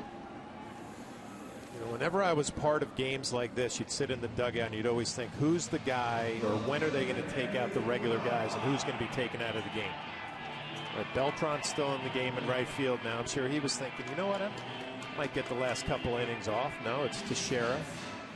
McCann moves to first. Murphy goes behind the plate. Ellsbury gets some time off. Ellsbury's been running around, and Beltran's had a couple days off. McCann's got tomorrow off, and so Teixeira will be in the lineup tomorrow. And Ellsbury's got a chest that he's got to put some ice on, right? All the way back at the beginning of the game. Yeah, that was a weird play. So I don't know if I've ever seen that before.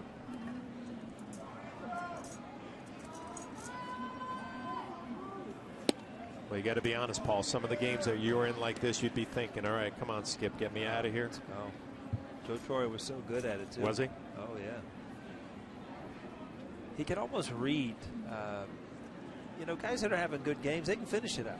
They have no problem. It's the guys that, you know, are 1 for 4, kind of struggling, this and that, just could need those extra couple innings to get ready for tomorrow. Very good at reading that. You know, it's important. There are certain games that, you know, if you get out, believe it or not, you know, a couple innings can make a big difference when you come out tomorrow.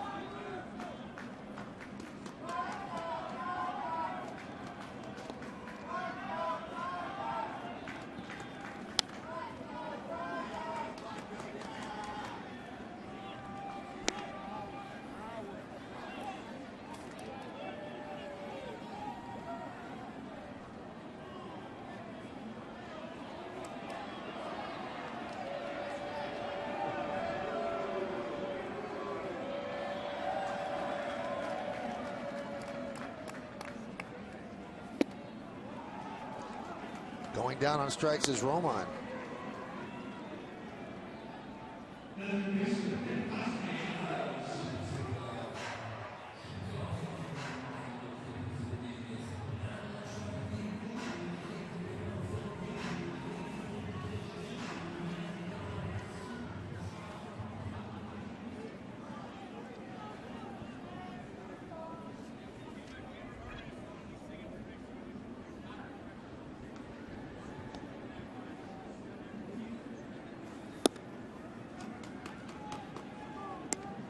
This got a 9-game hitting streak on the line right here.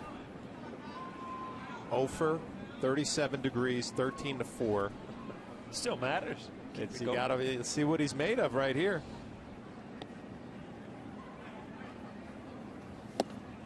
The guy throwing 96. That's right. For the most part, at least you know what you're getting, right?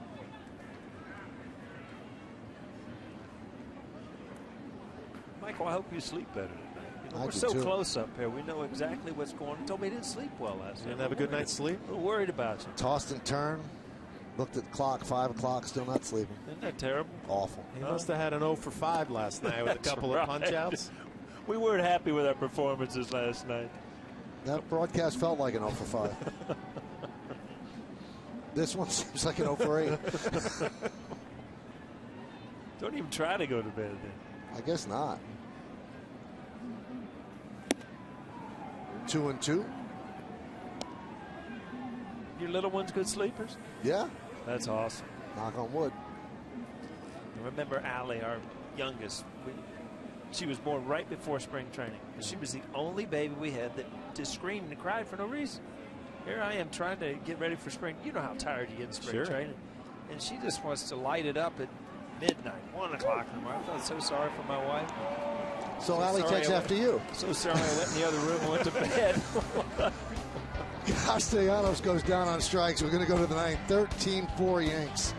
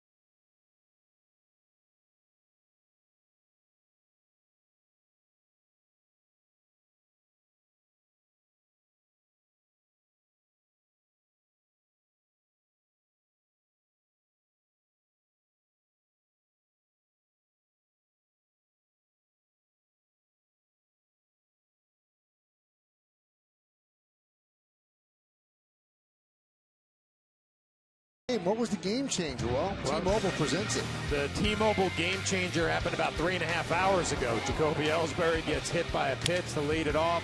Young gets a hit. Brian McCann flips one the other way. Headley chips in. The snow starts coming down. Petit drives one to left center field. Jacoby Ellsbury, a little bit of the same. David Price, a tough first inning. The Yankees put up 6 runs. That was your T-Mobile game changer. Happened a long time ago. Yeah, it seemed like last winter when that snow was coming down. Here's Garrett Jones. Tom Gorzolani, the new pitcher for the Tigers. And Jones pops it up. Hernan Perez puts it away. 1 pitch, 1 out.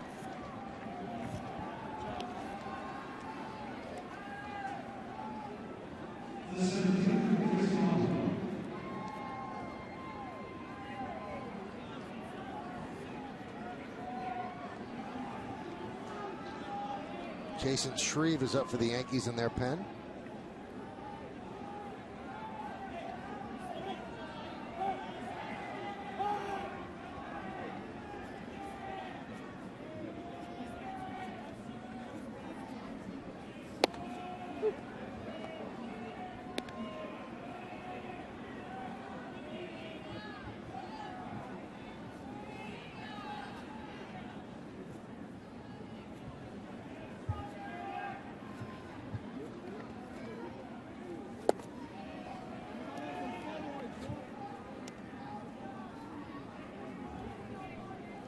Told you Shreve is up.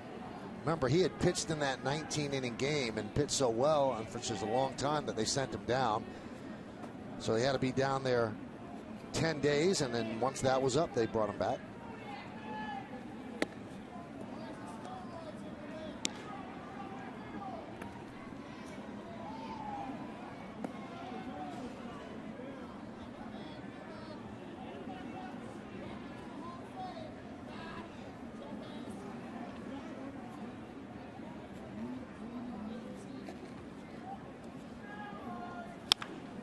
Grounded sharply and past the diving Castellanos down the left field line.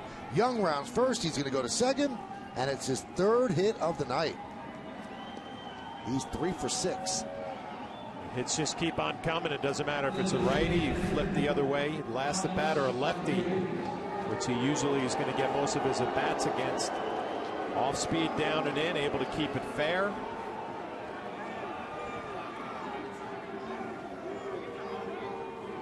Good solid at bats, good swings. That ball's off the plate away. Still able to get the barrel on it, hit it hard. Flash, I just thought your daughter's going to make it home from the dance before you get out of here. Easily. Huh?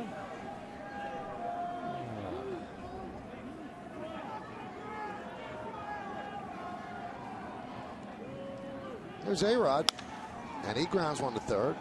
Castellanos across the diamond for the second out as Young stays put at second.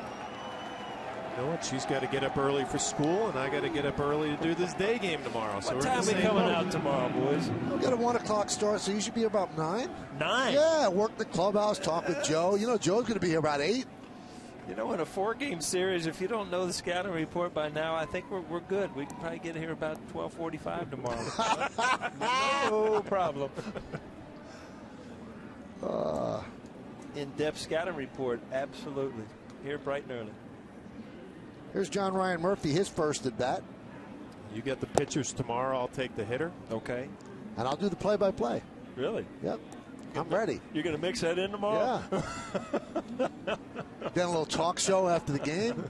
A full day.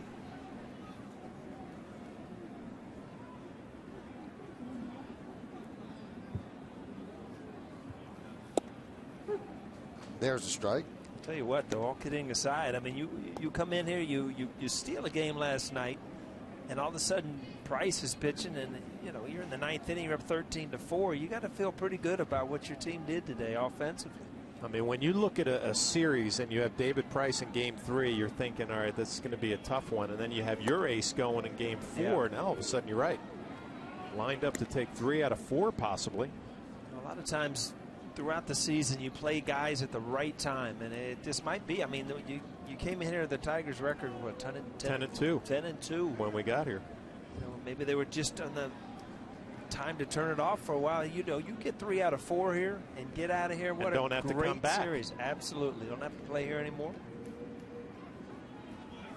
And also, Paul, I mean, even after last night's loss, they're 11-3. Coming into this game, they're tied with the Mets and the Royals for the best records in baseball. Yeah. So you slapped around, record-wise, the best team in baseball and their best pitcher. So tomorrow's a big game. Yeah, I tell you what, 4-game series are so hard, you know, to not split. And, you know, now you finish this game out, you got an opportunity to win 3 out of 4 on the road. Tomorrow is a big game.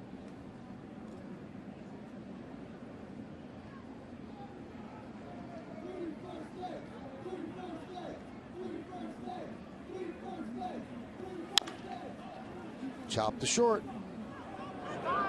They get Murphy, and we will go to the bottom of the 9th inning. No runs, a hit, no errors, and 1 man left on base. Yankees lead 13-4.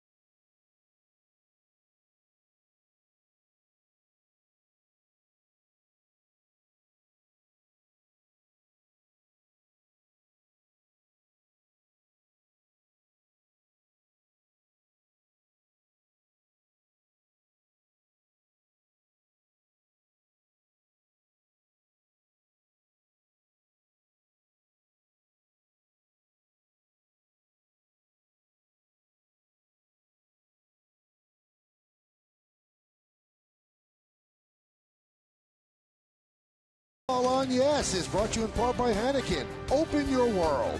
By People's United Bank. See what know-how can do.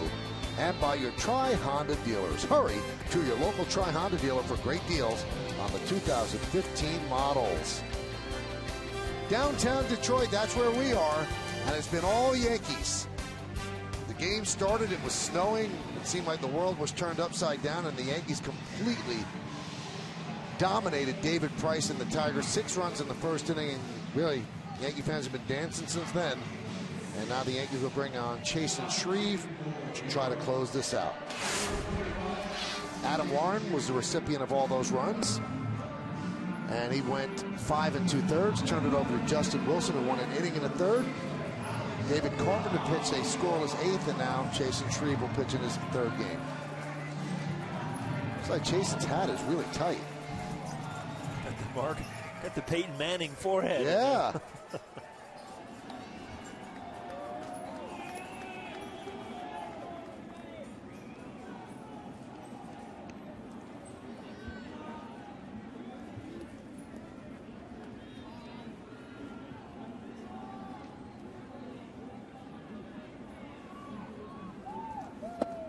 Pitch outside to Avila. So tomorrow it's a 1 o'clock start. Coverage starts at 12:30 on Yes. First pitch should be right around 1:10. Anibal Sanchez, who's been struggling early against Masahiro Tanaka, as the Yankees will try to take 3 of 4 from the Tigers. There's a ground ball to short right field. Petit is there. 1 out.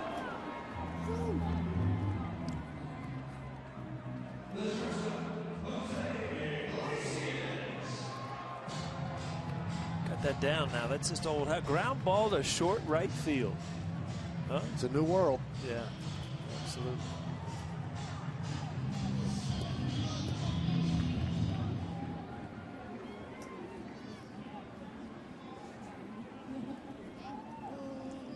Here's Iglesias.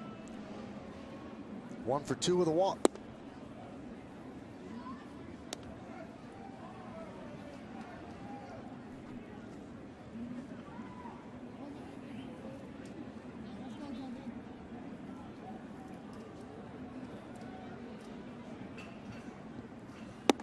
And a strike.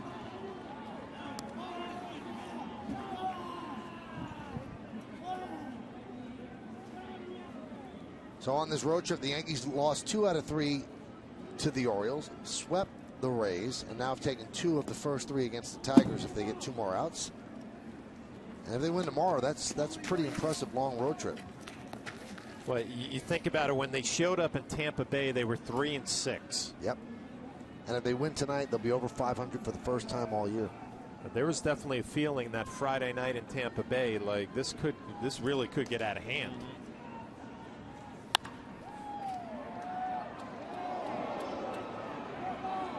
Well, the paid attendance 27,389, and not many. Few of them left, don't you think? Not many have stayed. But an A-Rod fan is here.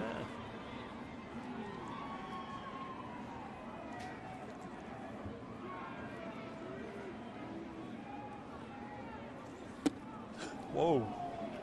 A late hack as Iglesias goes down on strikes. 1 out to go. Oh, it was almost in the catcher's mitt when he tried to foul that off. Might be in between pitches there a little bit, huh? Or it's 10:42, or losing 13-4, and it's 37 degrees. I'm not quite seeing it right now.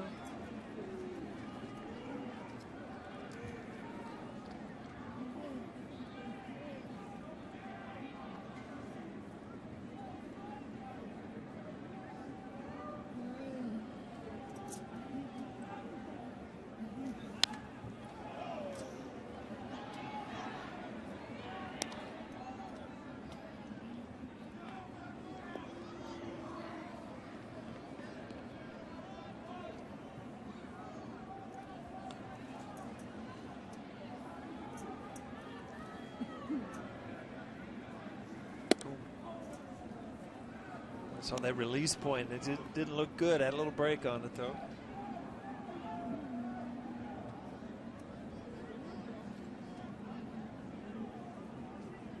That is a die-hard Tiger fan right there. Yeah, but did you see that? He had a Jets thing on the inside. I was trying to figure that out. See, there's Jets going on in the inside. There's a big pocket of fans that root for the Tigers and the Jets. Is that right? Yeah, people don't know about them, but they're very dedicated. They must be to make blankets, right? There must be a lot of them. And that is the ball game. It is finally over as the Yankees pummel the Tigers by a score of 13-4. Adam Warren gets the win. Yankees get a lot of hits. A feel-good story for the Yanks as they've taken 2 of the first 3. Another good game for Chris Young, and the Yankees will head to tomorrow afternoon and try to take 3 out of 4 from the Tigers. 13-15-1 to 4-6-2.